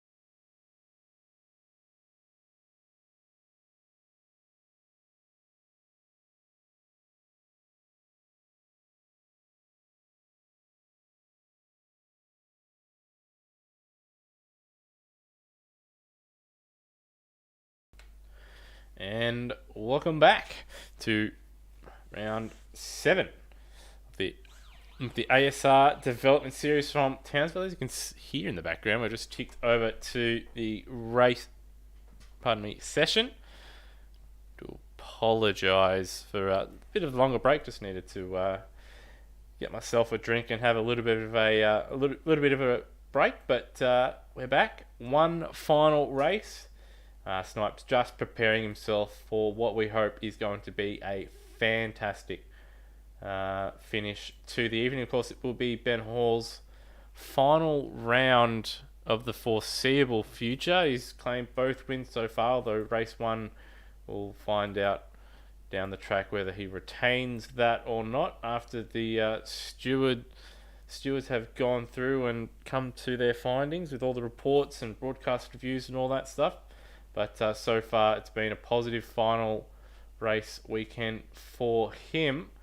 And also having a look at the updated standings, we've actually got Lockie Lock currently in the provisional lead of the championship ahead of Nathan Higginson by 26 points. But of course, that is all subject to change with obviously what's going to be quite a busy night for the stewards in a couple of weeks' time to sort through the results.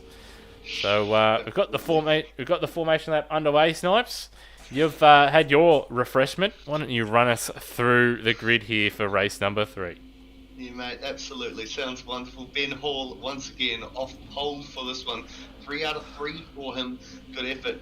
Alongside him, of course, the other Hall, Bailey Hall. He's Super 3, but I think he's Super 2. He's given us a wave there. Noah Turra there out of P3. A good night from him overall. And we've got Lockie Lock out of P4. He's had a real mixed bag. He's finished well, but he's certainly been involved in probably a few more incidents he'd like to be. Darren Kemp, P5, been quite reliable with his finishes. I saw Matt Cecil, his teammate, talking in chat. They're playing to be a wall tonight, and Matt Cecil is starting right with him out of P6, so they will be able to work together to keep cars behind. Steve Warwick starting out of P7. Bit of a mixed bag evening, but a good recovery in that last race. Luke Yeager, P8. I think he's had a good night so far tonight, Lewis. P9, Justin Cecil, and alongside him, we have Brett with a good finish result, 10th for the previous race. Out of P11, we have Brody, first class Super 3 runners, and Darren Loughlin, Taipan, Christian Shadow, Nathan Higginson, and Brian Walsh. A little bit jumbled up there, the fellas. And then in P17, we have Cheese there. P18 just behind him, NetherRealmium. He'll just be hoping to get through unscathed out of this race. Just try quite cleanly. Melody Smith out of P19 with Ayrton Felipe starting in P20. And the last of our runners starting in race 3, the final race of the evening, is Damo. Yeah, so once again, another driver short, but still over 20 drivers on the grid for this one, and it does seem like Bailey Hall's actually got his stream going at the same time. I would advise people to actually not have the stream running, but oh well, when you have a game lock up one day because you're running too many things in the background, you'll learn quite quickly to turn it off, or if you indeed get yourself distracted and cause an accident because you're listening to the broadcast. But anyway, looks like a driver is out of, or two is out of position here because the start has been held. And we'll see someone, yeah, there we go, Brian Walsh once again out of position. But the lights now are on, and we're moments away. We are racing. And poorer start from Bailey Hall, but once again, another poor start from Noah Turra, who is dropped behind Lockie Lock now as we go through turn 1 and now to turn 2. Big dive from Matt Cecil. And are they going to get through there unscathed? There's a little bit of bumping and barging going on. And we've got... Who's that? That's Damo. Has he blown his engine already?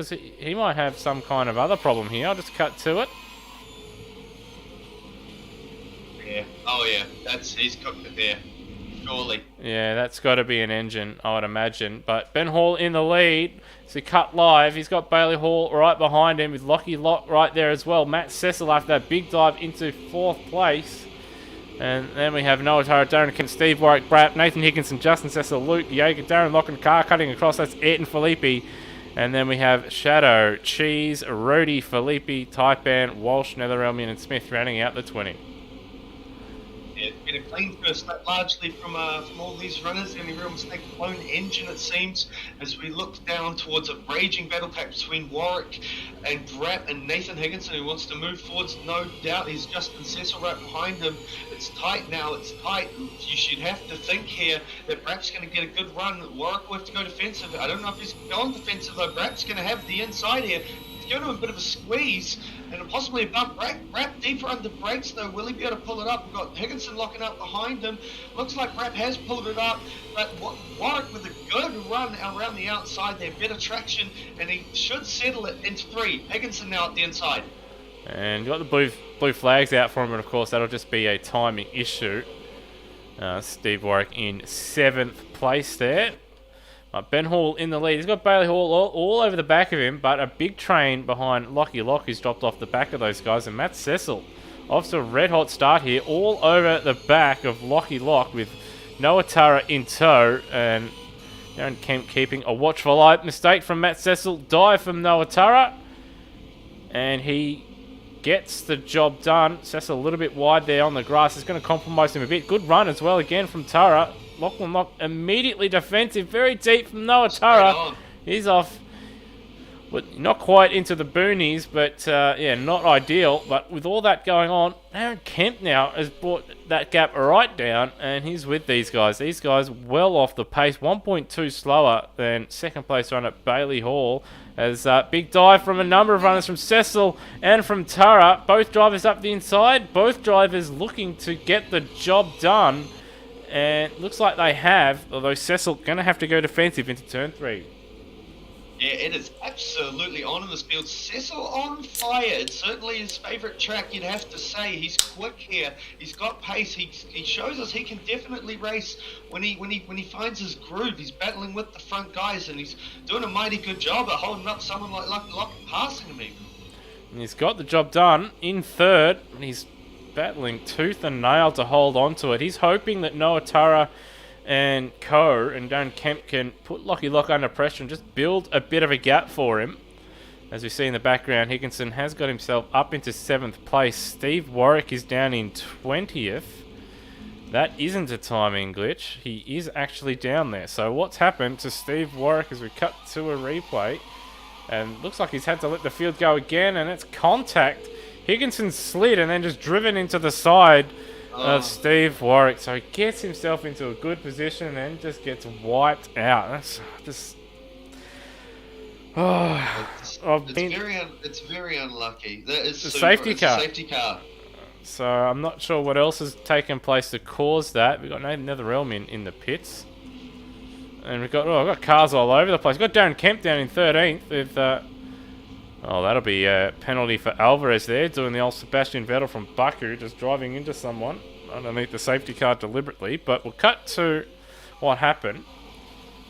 Here we go. As we cut to it. So Kemp's gone for a big dive on Noah Tara, driven into the back of Lock, shades of what happened on the weekend. And... Lock's reversed onto the racing line. He might get into trouble for that. But then, we've got 2 cars stationary, cars everywhere. And we've got the safety car. That is exactly... Oh, is that Ed and Felipe? I'm going to crash underneath the safety car. It's all gone. The race has gone off. The race has gone off here, but just see what's happened to Felipe. He's just not paying attention, coming in too quick, and that'll be damage on that car. Front left will be... not in an ideal place. Is he? Oh, he's gonna loop it. He's been saved. And he's stayed ahead of Lucky Lock there, but he's also he's just dropped behind him. So he's got to start paying attention here. Look, it's a safety car. There's no need to be absolutely sending it. We've got more people off the circuit. What's wrong? That's what Brian Walsh. What are these drivers doing? They don't need to be driving at 100 tenths. I don't know if that was like a bit of lag or. Possibly got or something. He looks like he compression locked it or had the clutch pulled in for whatever reason. There weren't many revs, and now he's racing. I don't know why he's racing Smith. I'll try and find out actually. So Just not paying attention. Oh, he put it in neutral. Neutral. That's what he's done. Oh. So, yeah, it's all ticked off here. So Shadow's gone back after all that has happened. And, wow, we can take a breath because, yeah, the last lap and a half has been remarkable. It's not pretty if you're a steward, but I'm laughing, Lewis. Without trying to be rude towards these drivers, I'm sure, and giving it the best shot. This is quite boring points. You don't want to be losing it under safety car conditions, man. You're not racing anyone. Well, you can. Yeah. Drivers have been told. These drivers have been told if you go off the circuit under these safety car conditions, look, you lose positions. Like you don't get those positions back, even if the game tells you to. You're not allowed to. You'll be penalised post race by the admin team. It's a rule. So if you're dumb enough to try and do something silly or drive too fast behind the safety car and make a mistake and go off, that's your own fault. So these guys just yeah, no words can describe what these drivers are doing half the time. It is at the very least amusing as anything. I very much enjoy it, but yeah, it's certainly you'd want to hope the drivers can really, particularly drivers making big mistakes like that, can concentrate for the rest of it. It's getting towards the end of the night. It's the last race. Just get through it. Although you're going very slow under a safety car, relax. Well, these drivers, they're just not ready for the race. These drivers should, with the amount of safety cars that they've had throughout the season, and in particular tonight, they should be adept at driving behind the safety car. Like, they should be fine at not running into the back of anybody and paying attention when the safety car gets called. They know the rules that it's you get back to the line quickly once it's called, and then you hold position. But these guys seemingly in another world at the moment. Yeah, something's got into the field tonight for sure, Lewis. They are certainly making Townsville an action-packed evening for the good and for the bad. But this is the development series. A lot of these drivers are developing drivers, and hopefully they can take some lessons from some of the driving tonight and learn a little bit of what not to do. Yeah, they should be better than the main series drivers at safety car restarts by the end of this. Well, they should be better now with the amount of safety cars that they've had, but obviously tonight they've got some more practice for them. So, yeah, another lap behind the safety car. No drivers warming their tyres. I was surprised in the previous race that we didn't see drivers warming their tyres before the restart. Walsh, the late pit stop here. Steve Warren also in, but a lap down, but not really going to matter too much for him. Badly. Yeah, he's had good pace. But yeah, he's just been unlucky tonight. Did a great job in race 2 to get himself into a good P7 in the end, and was looking to get himself, I think pace-wise, he's definitely there for a top 5 position. Like, pace-wise, he's certainly probably quicker than Matt Cecil around here, and Cecil finds himself in 3rd place at the moment.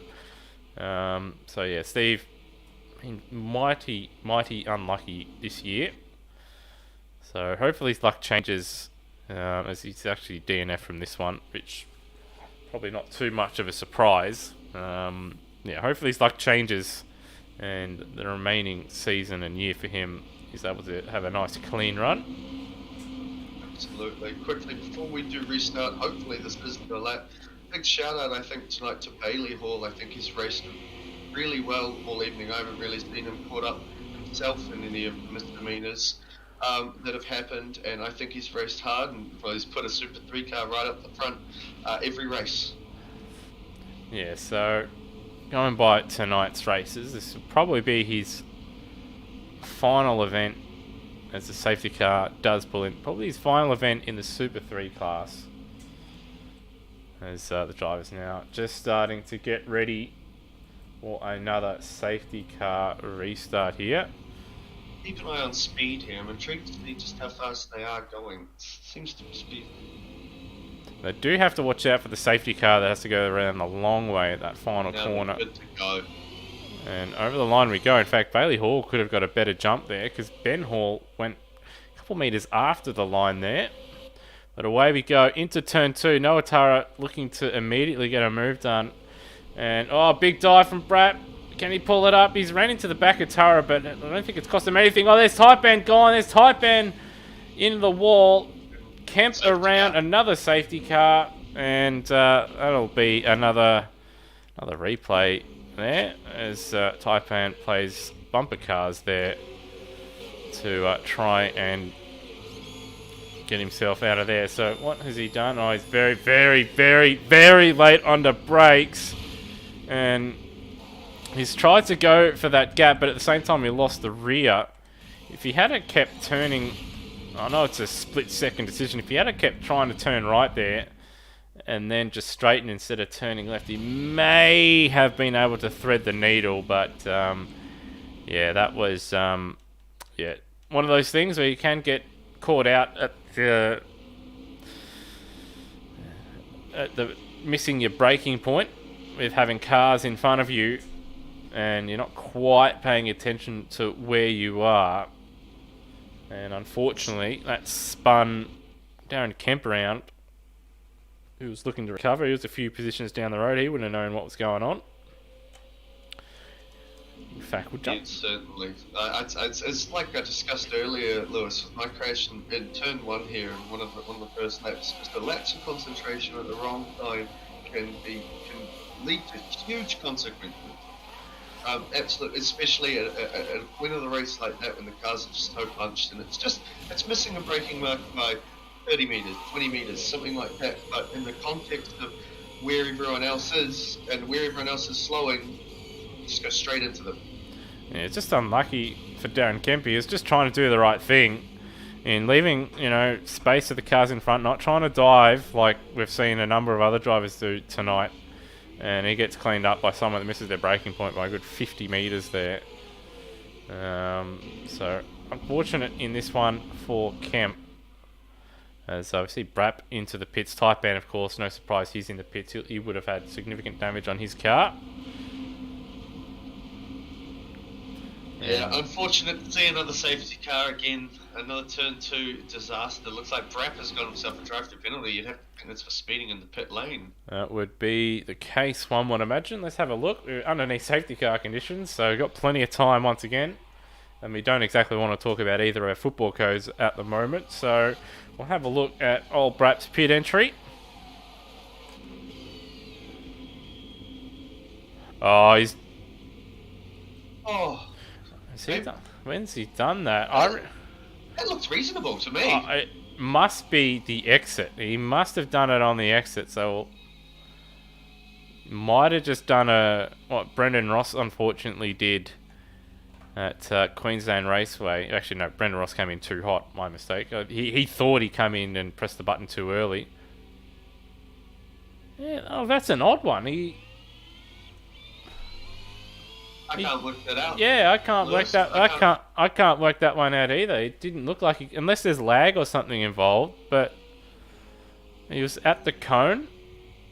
Yep, he was underneath at speed the whole time. He slowed down before the line, at least from that perspective we saw there. And he didn't speed in the pits that he waited till well after that line, if anything, to accelerate. Yeah, so an odd one there. And just seeing a live chat, Ben Hall slow to 30 kilometres an hour on restart. That may be due to, at least at the final corner, with him slowing, due to the safety car being around the outside of the final turn, and you can't be ahead of the safety car once the race gets called green by the game. It'll throw a penalty, or it even stuffs up the timing, or makes it even go around again behind the safety car. So that'll probably be why why Ben is slowing, particularly that last corner, not to get himself ahead of the safety car, because AMS does some funny things, and the safety car logic, of course, isn't perfect, I should say. It's not flawless. Certainly is not, and a safety car going off here. So yeah, safety car's got a long way to drive around here actually. So Ben Hall's got to slow up enough to let that thing get 40. All the way around. It's doing 40 as well in the pit lane, so we'll stick with it here. So where's the safety car? So the safety car is back there, and he's got a really... Now he can sort of speed up, but he's actually probably gone too slow this time around. And the safety car actually speeding in the pit lane there to get to the end of the pits, but... Oh man, incredible! But yeah, Burn Mylander having to get him... Gonna have to get a penalty after this one, but we've had a missed start. So Ben Hall has... That's what I was talking about.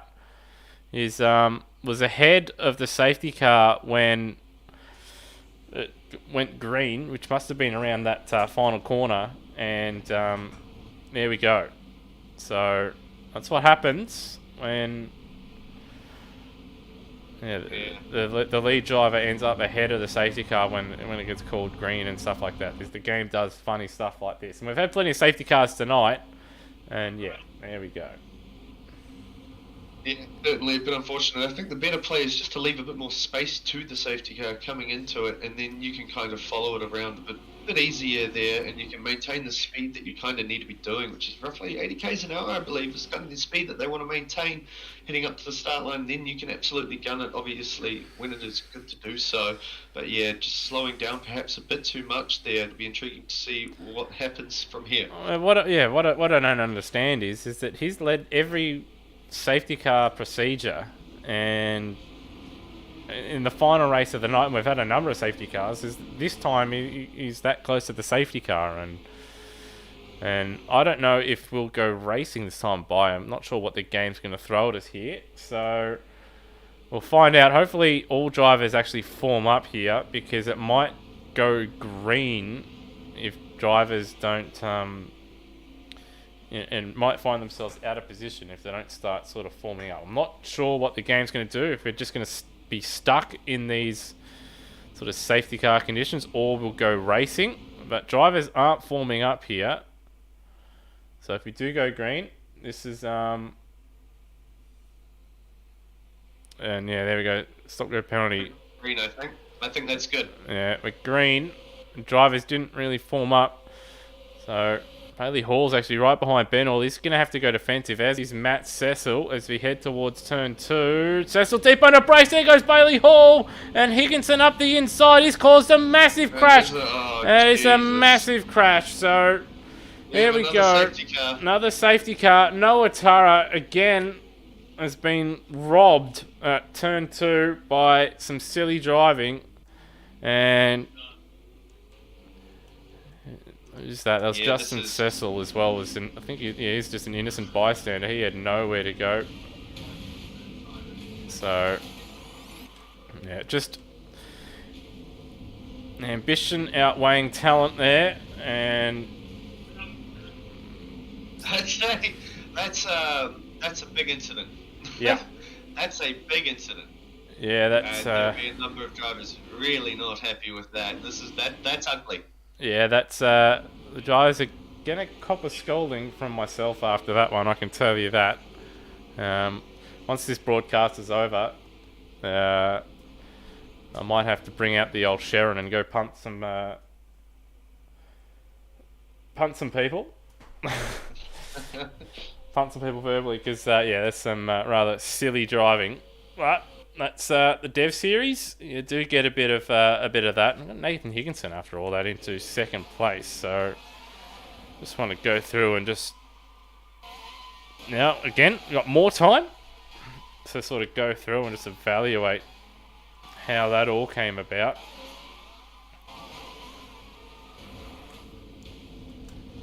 So yeah, Higginson gets a very good view of that. Gets covered, straightened nicely by Hall. He just got away with it. And then Matt Cecil, like, I know he's trying to redress there, but he's done that in I'm going to swear here, in a fucking stupid position at a stupid fucking time. You got a whole field of a good part of 20 cars behind you, and you're driving at 20 kilometers an hour on what is effectively the racing line. So then we had, well, actually, I shouldn't have pressed escape there. Brian Walsh looked like he's about to clatter in the back of someone there as well. So just all around all around, I don't, lack of brain. Just again, we're back to no words with some of these decisions, but here we are. And in fact, we've got under 4 minutes to go in this race. This race might be time certain. I'd have to think it honestly will be, Lewis. Almost every lap has been a safety car, so it's just I don't know. This has been a reasonably poor showing throughout as the evening's progressed. Unfortunately, there has been some good racing mixed in between, and we know that this field can do a lot better. We've seen them race excellent races throughout the season, so I don't think this defines them as such, but certainly there is some people that just need to reevaluate what they're doing at points in time, what the decisions they're making, and just learn to play it cool. Learn to play it cool and relax a little bit. You don't need to make 50 positions in the first corner. Yeah, sometimes it's better just to wait a lap after the safety car to try and make one of those ambitious dives, particularly at turn 2 here. It's very easy to especially in a pack of cars, to get a move that you'd probably successfully do against the car in front or the car that you're battling, but then easy to sail into the back of someone that's 2 cars down, as we've seen a couple times already at turn 2, and drivers just being not thinking of that car that's 2 cars down instead of the car that they're battling just in front of them. And easy to do at corners like that. I got pinged for that myself at what corner was it? I think it was turn 2 at Austria when we ran GTs many years ago, where I was trying to make a move on the car in front.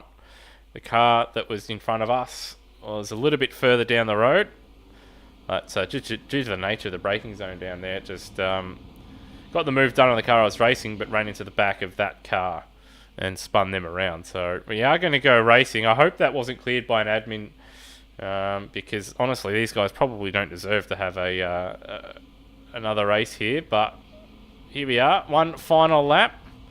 Are we going to end up with another false start?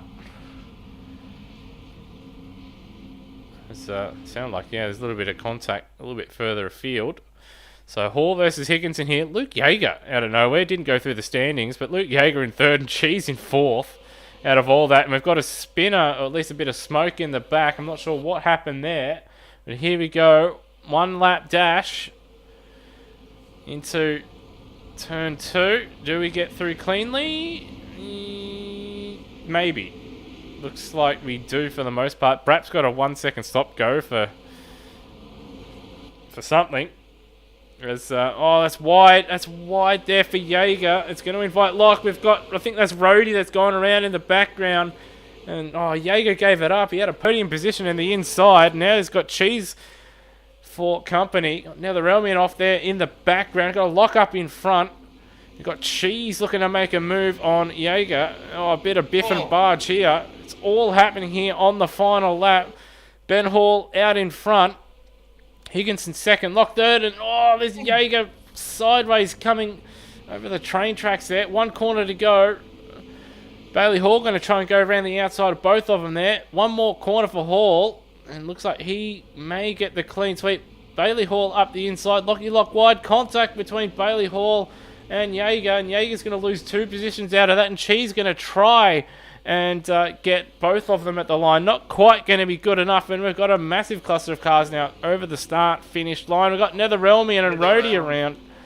So junior admin on admin, and not sure what happened there as Brap comes to serve his penalty. So dramatic finish, and what has happened here? Nether just dropped it on his own there, and Rhodey was almost spinning in sympathy there. So, wow, what a finish that one. We've all done that there, Lewis, with someone in front's lit it up, and you just get a bit happy on the gas, and you load it up yourself. And Rhodey managed to hold it and get past him. We see Ben Hall with a clean sweep of the evening's proceedings race-wise. Nathan Higginson crawling his way back up to second place there. Lockie Luck up to third. I imagine a myriad of penalties coming in for this race for a bunch of drivers. So none of this will obviously be final, sadly, again. But, action-packed is one word to describe the evening, Lewis. It's certainly been a bit ruthless at times, but there has been some good racing mixed in. I think Bailey Hall has been probably my driver of the evening, honestly. He's largely the trouble I've seen him in. He has not caused, and he's still finished all races in really good spots, I think. Yeah, he's been quick all night, and he hasn't really didn't really cause any trouble either. So yeah, good night from him. Obviously, he'll probably find himself in. I'd imagine that he will be in Super 2 going forward. So he'll be swapping out that VE and upgrading to a VF in following rounds. Good night for him. I was going to mention Matt Cecil, but yeah, that last race really did. That incident down at turn 2 really did sour what would have been a fantastic night for him, but still a decent night. But that incident probably going to cop a bit of a whack for that, and he did finish down in 10th. But he's now on race 101. Darren Kemp in his 99th race. He didn't have the most ideal one in this one, being caught up in incidents himself. But for the neutral that just wants to see action, it doesn't necessarily have to be positive. It doesn't necessarily have to be negative. There was plenty of that tonight. So I guess if you're a NASCAR fan that likes a bit of biff and a bit of crashes as well as some racing in there, you'd be quite entertained, I think is the right word. Enjoyable? I don't know, but entertained, I think the drivers were entertaining in a negative as well as a positive way in some aspects.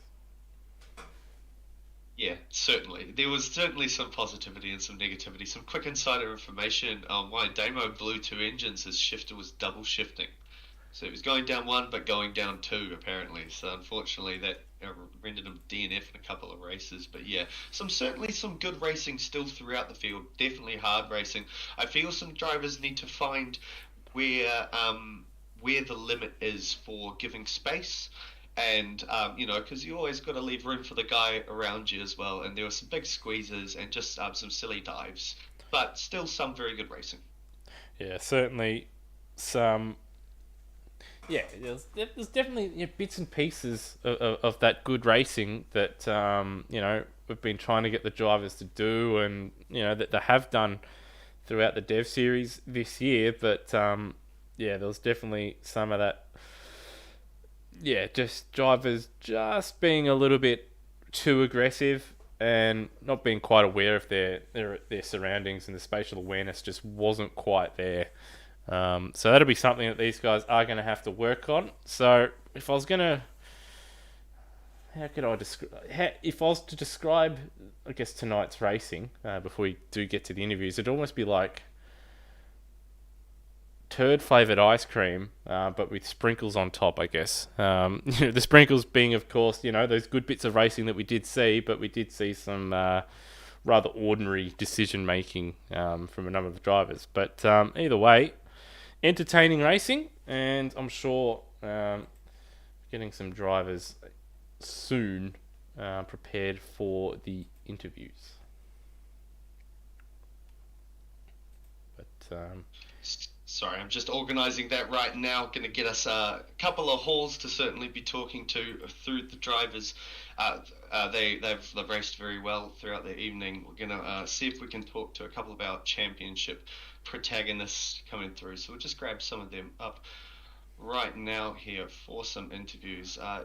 Certainly been a bit messy at times, but it's been good at times too.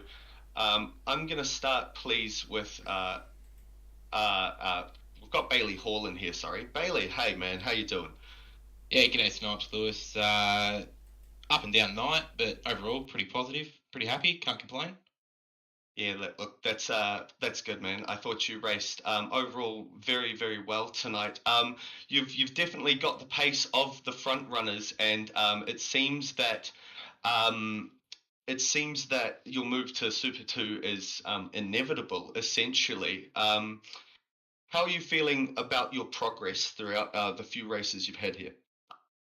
Yeah, look, it's positive overall to see the results. You look at the standings at the end of the night, and you can see the numbers starting to dwindle down across the races between Hidden Valley and in Townsville. Starting Winton, it was kind of mid pack. So it's good to see myself up on the podium, um, especially well as a Super 3 driver, being the first person to get on the podium between the in the Dev Series is quite an accomplishment, I'd say myself.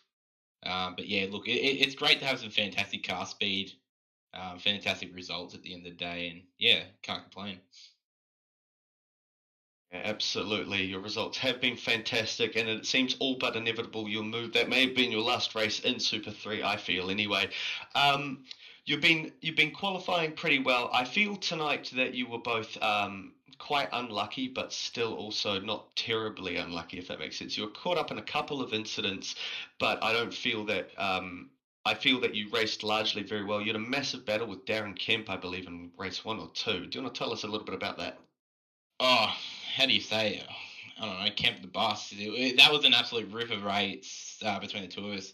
And I have to put my hats out to him for the fantastic drive. He's one of your best drivers in the series, and to be able to go hammer and toe with him and put on a show for everyone. I've been told that kind of stole the broadcast a little bit, which is what we want. We want to see some fantastic racing.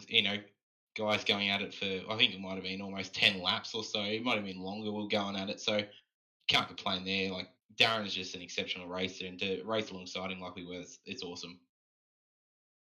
Cool, Bailey. Well, again, I feel your promotion is all but inevitable. I congratulate you on some excellent speed tonight. Really well done. Cheers, Snipes. Thanks, Lewis, for the broadcast, guys. Have a ripping night.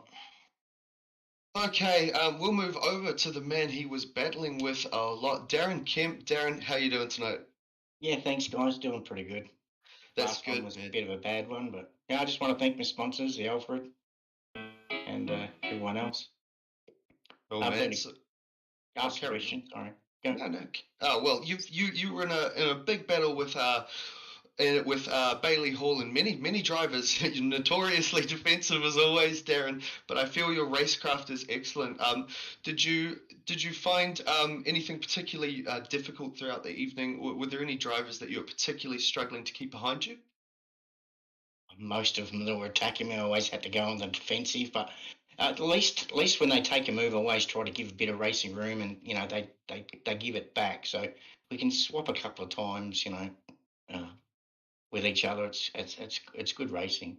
But yeah, usually the last race I didn't do too good because I actually went on the attack, and yeah, I actually caused one of the safety cars. So I'm a bad boy. Yeah, certainly a few of them this evening. Not the best display from a lot of drivers, but nevertheless, I thought for a couple of races, you held your own very well, Darren. Good effort. Thanks, boys, and thanks for the broadcast, and I'll watch it later. Have a good night. We will now move over to Matt Cecil. All right, Matt. I'll start with the tough one. What happened in you want to tell us in your words what happened in that last race there? Plenty of checking up on the safety cars, I think. So, yeah, but I made a mistake into turn 1 as well. Unfortunately, got into the back of Bailey, and the rest was history. Yeah, unfortunate, mate. Possibly a lapse in judgment, but let's talk about the rest of your evening. I think you've had a stellar evening.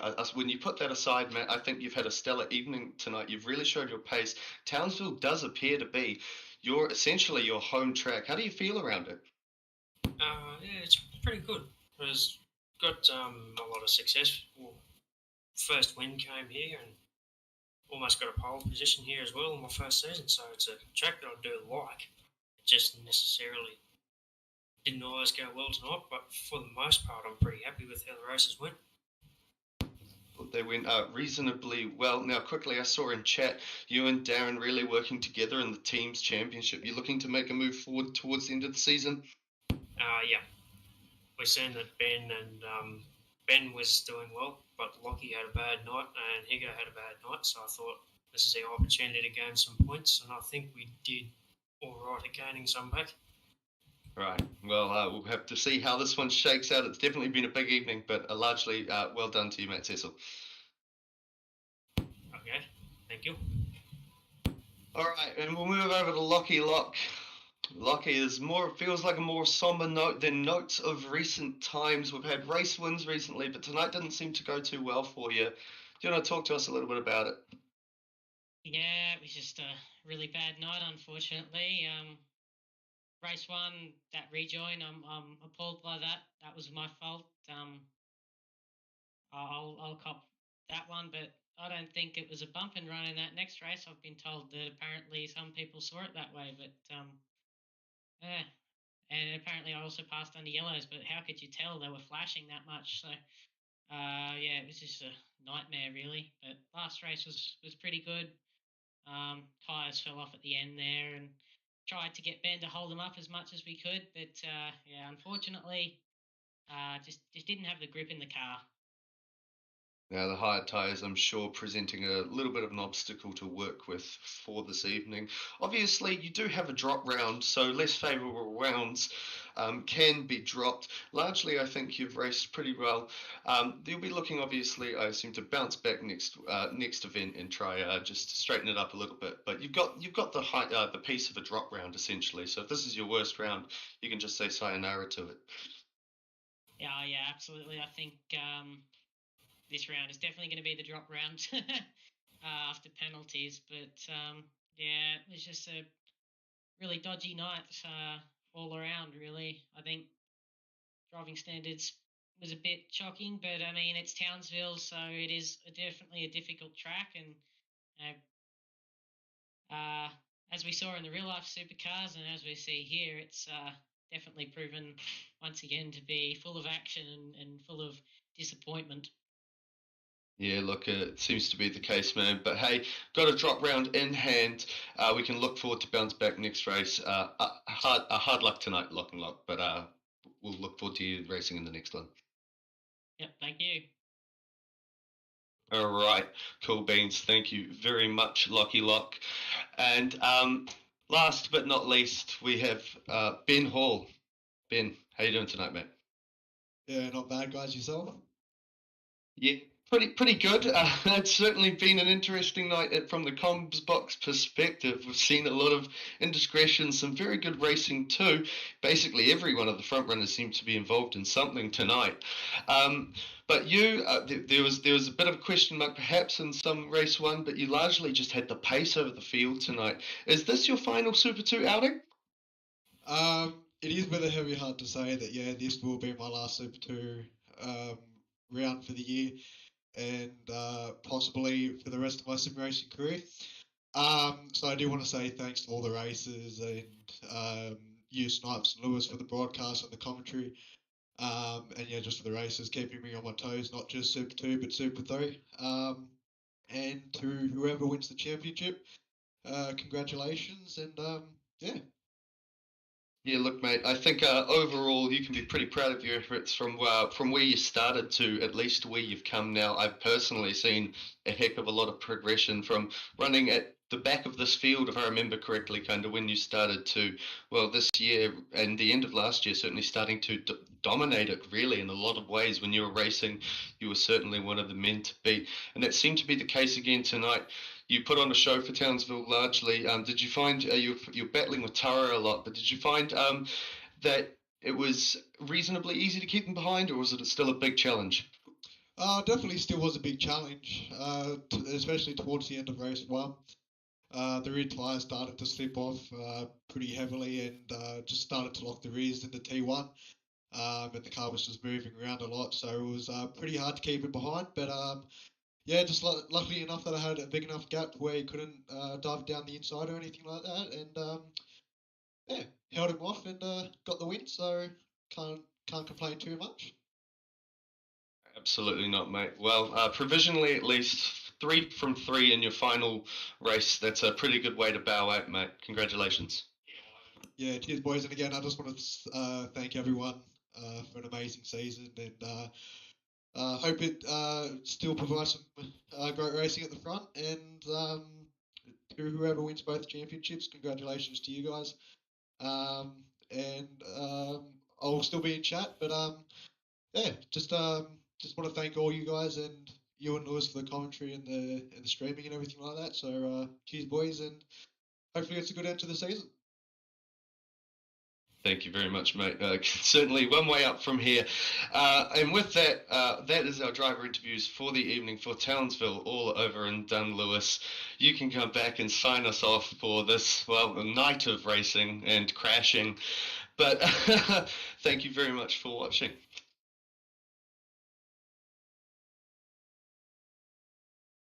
Yes, thank you for that, Simon. Thanks for taking care of the interviews. Of course, well done to Ben Hall on a pretty solid night out there, taking 3 from 3. Of course, everything tonight is provisional.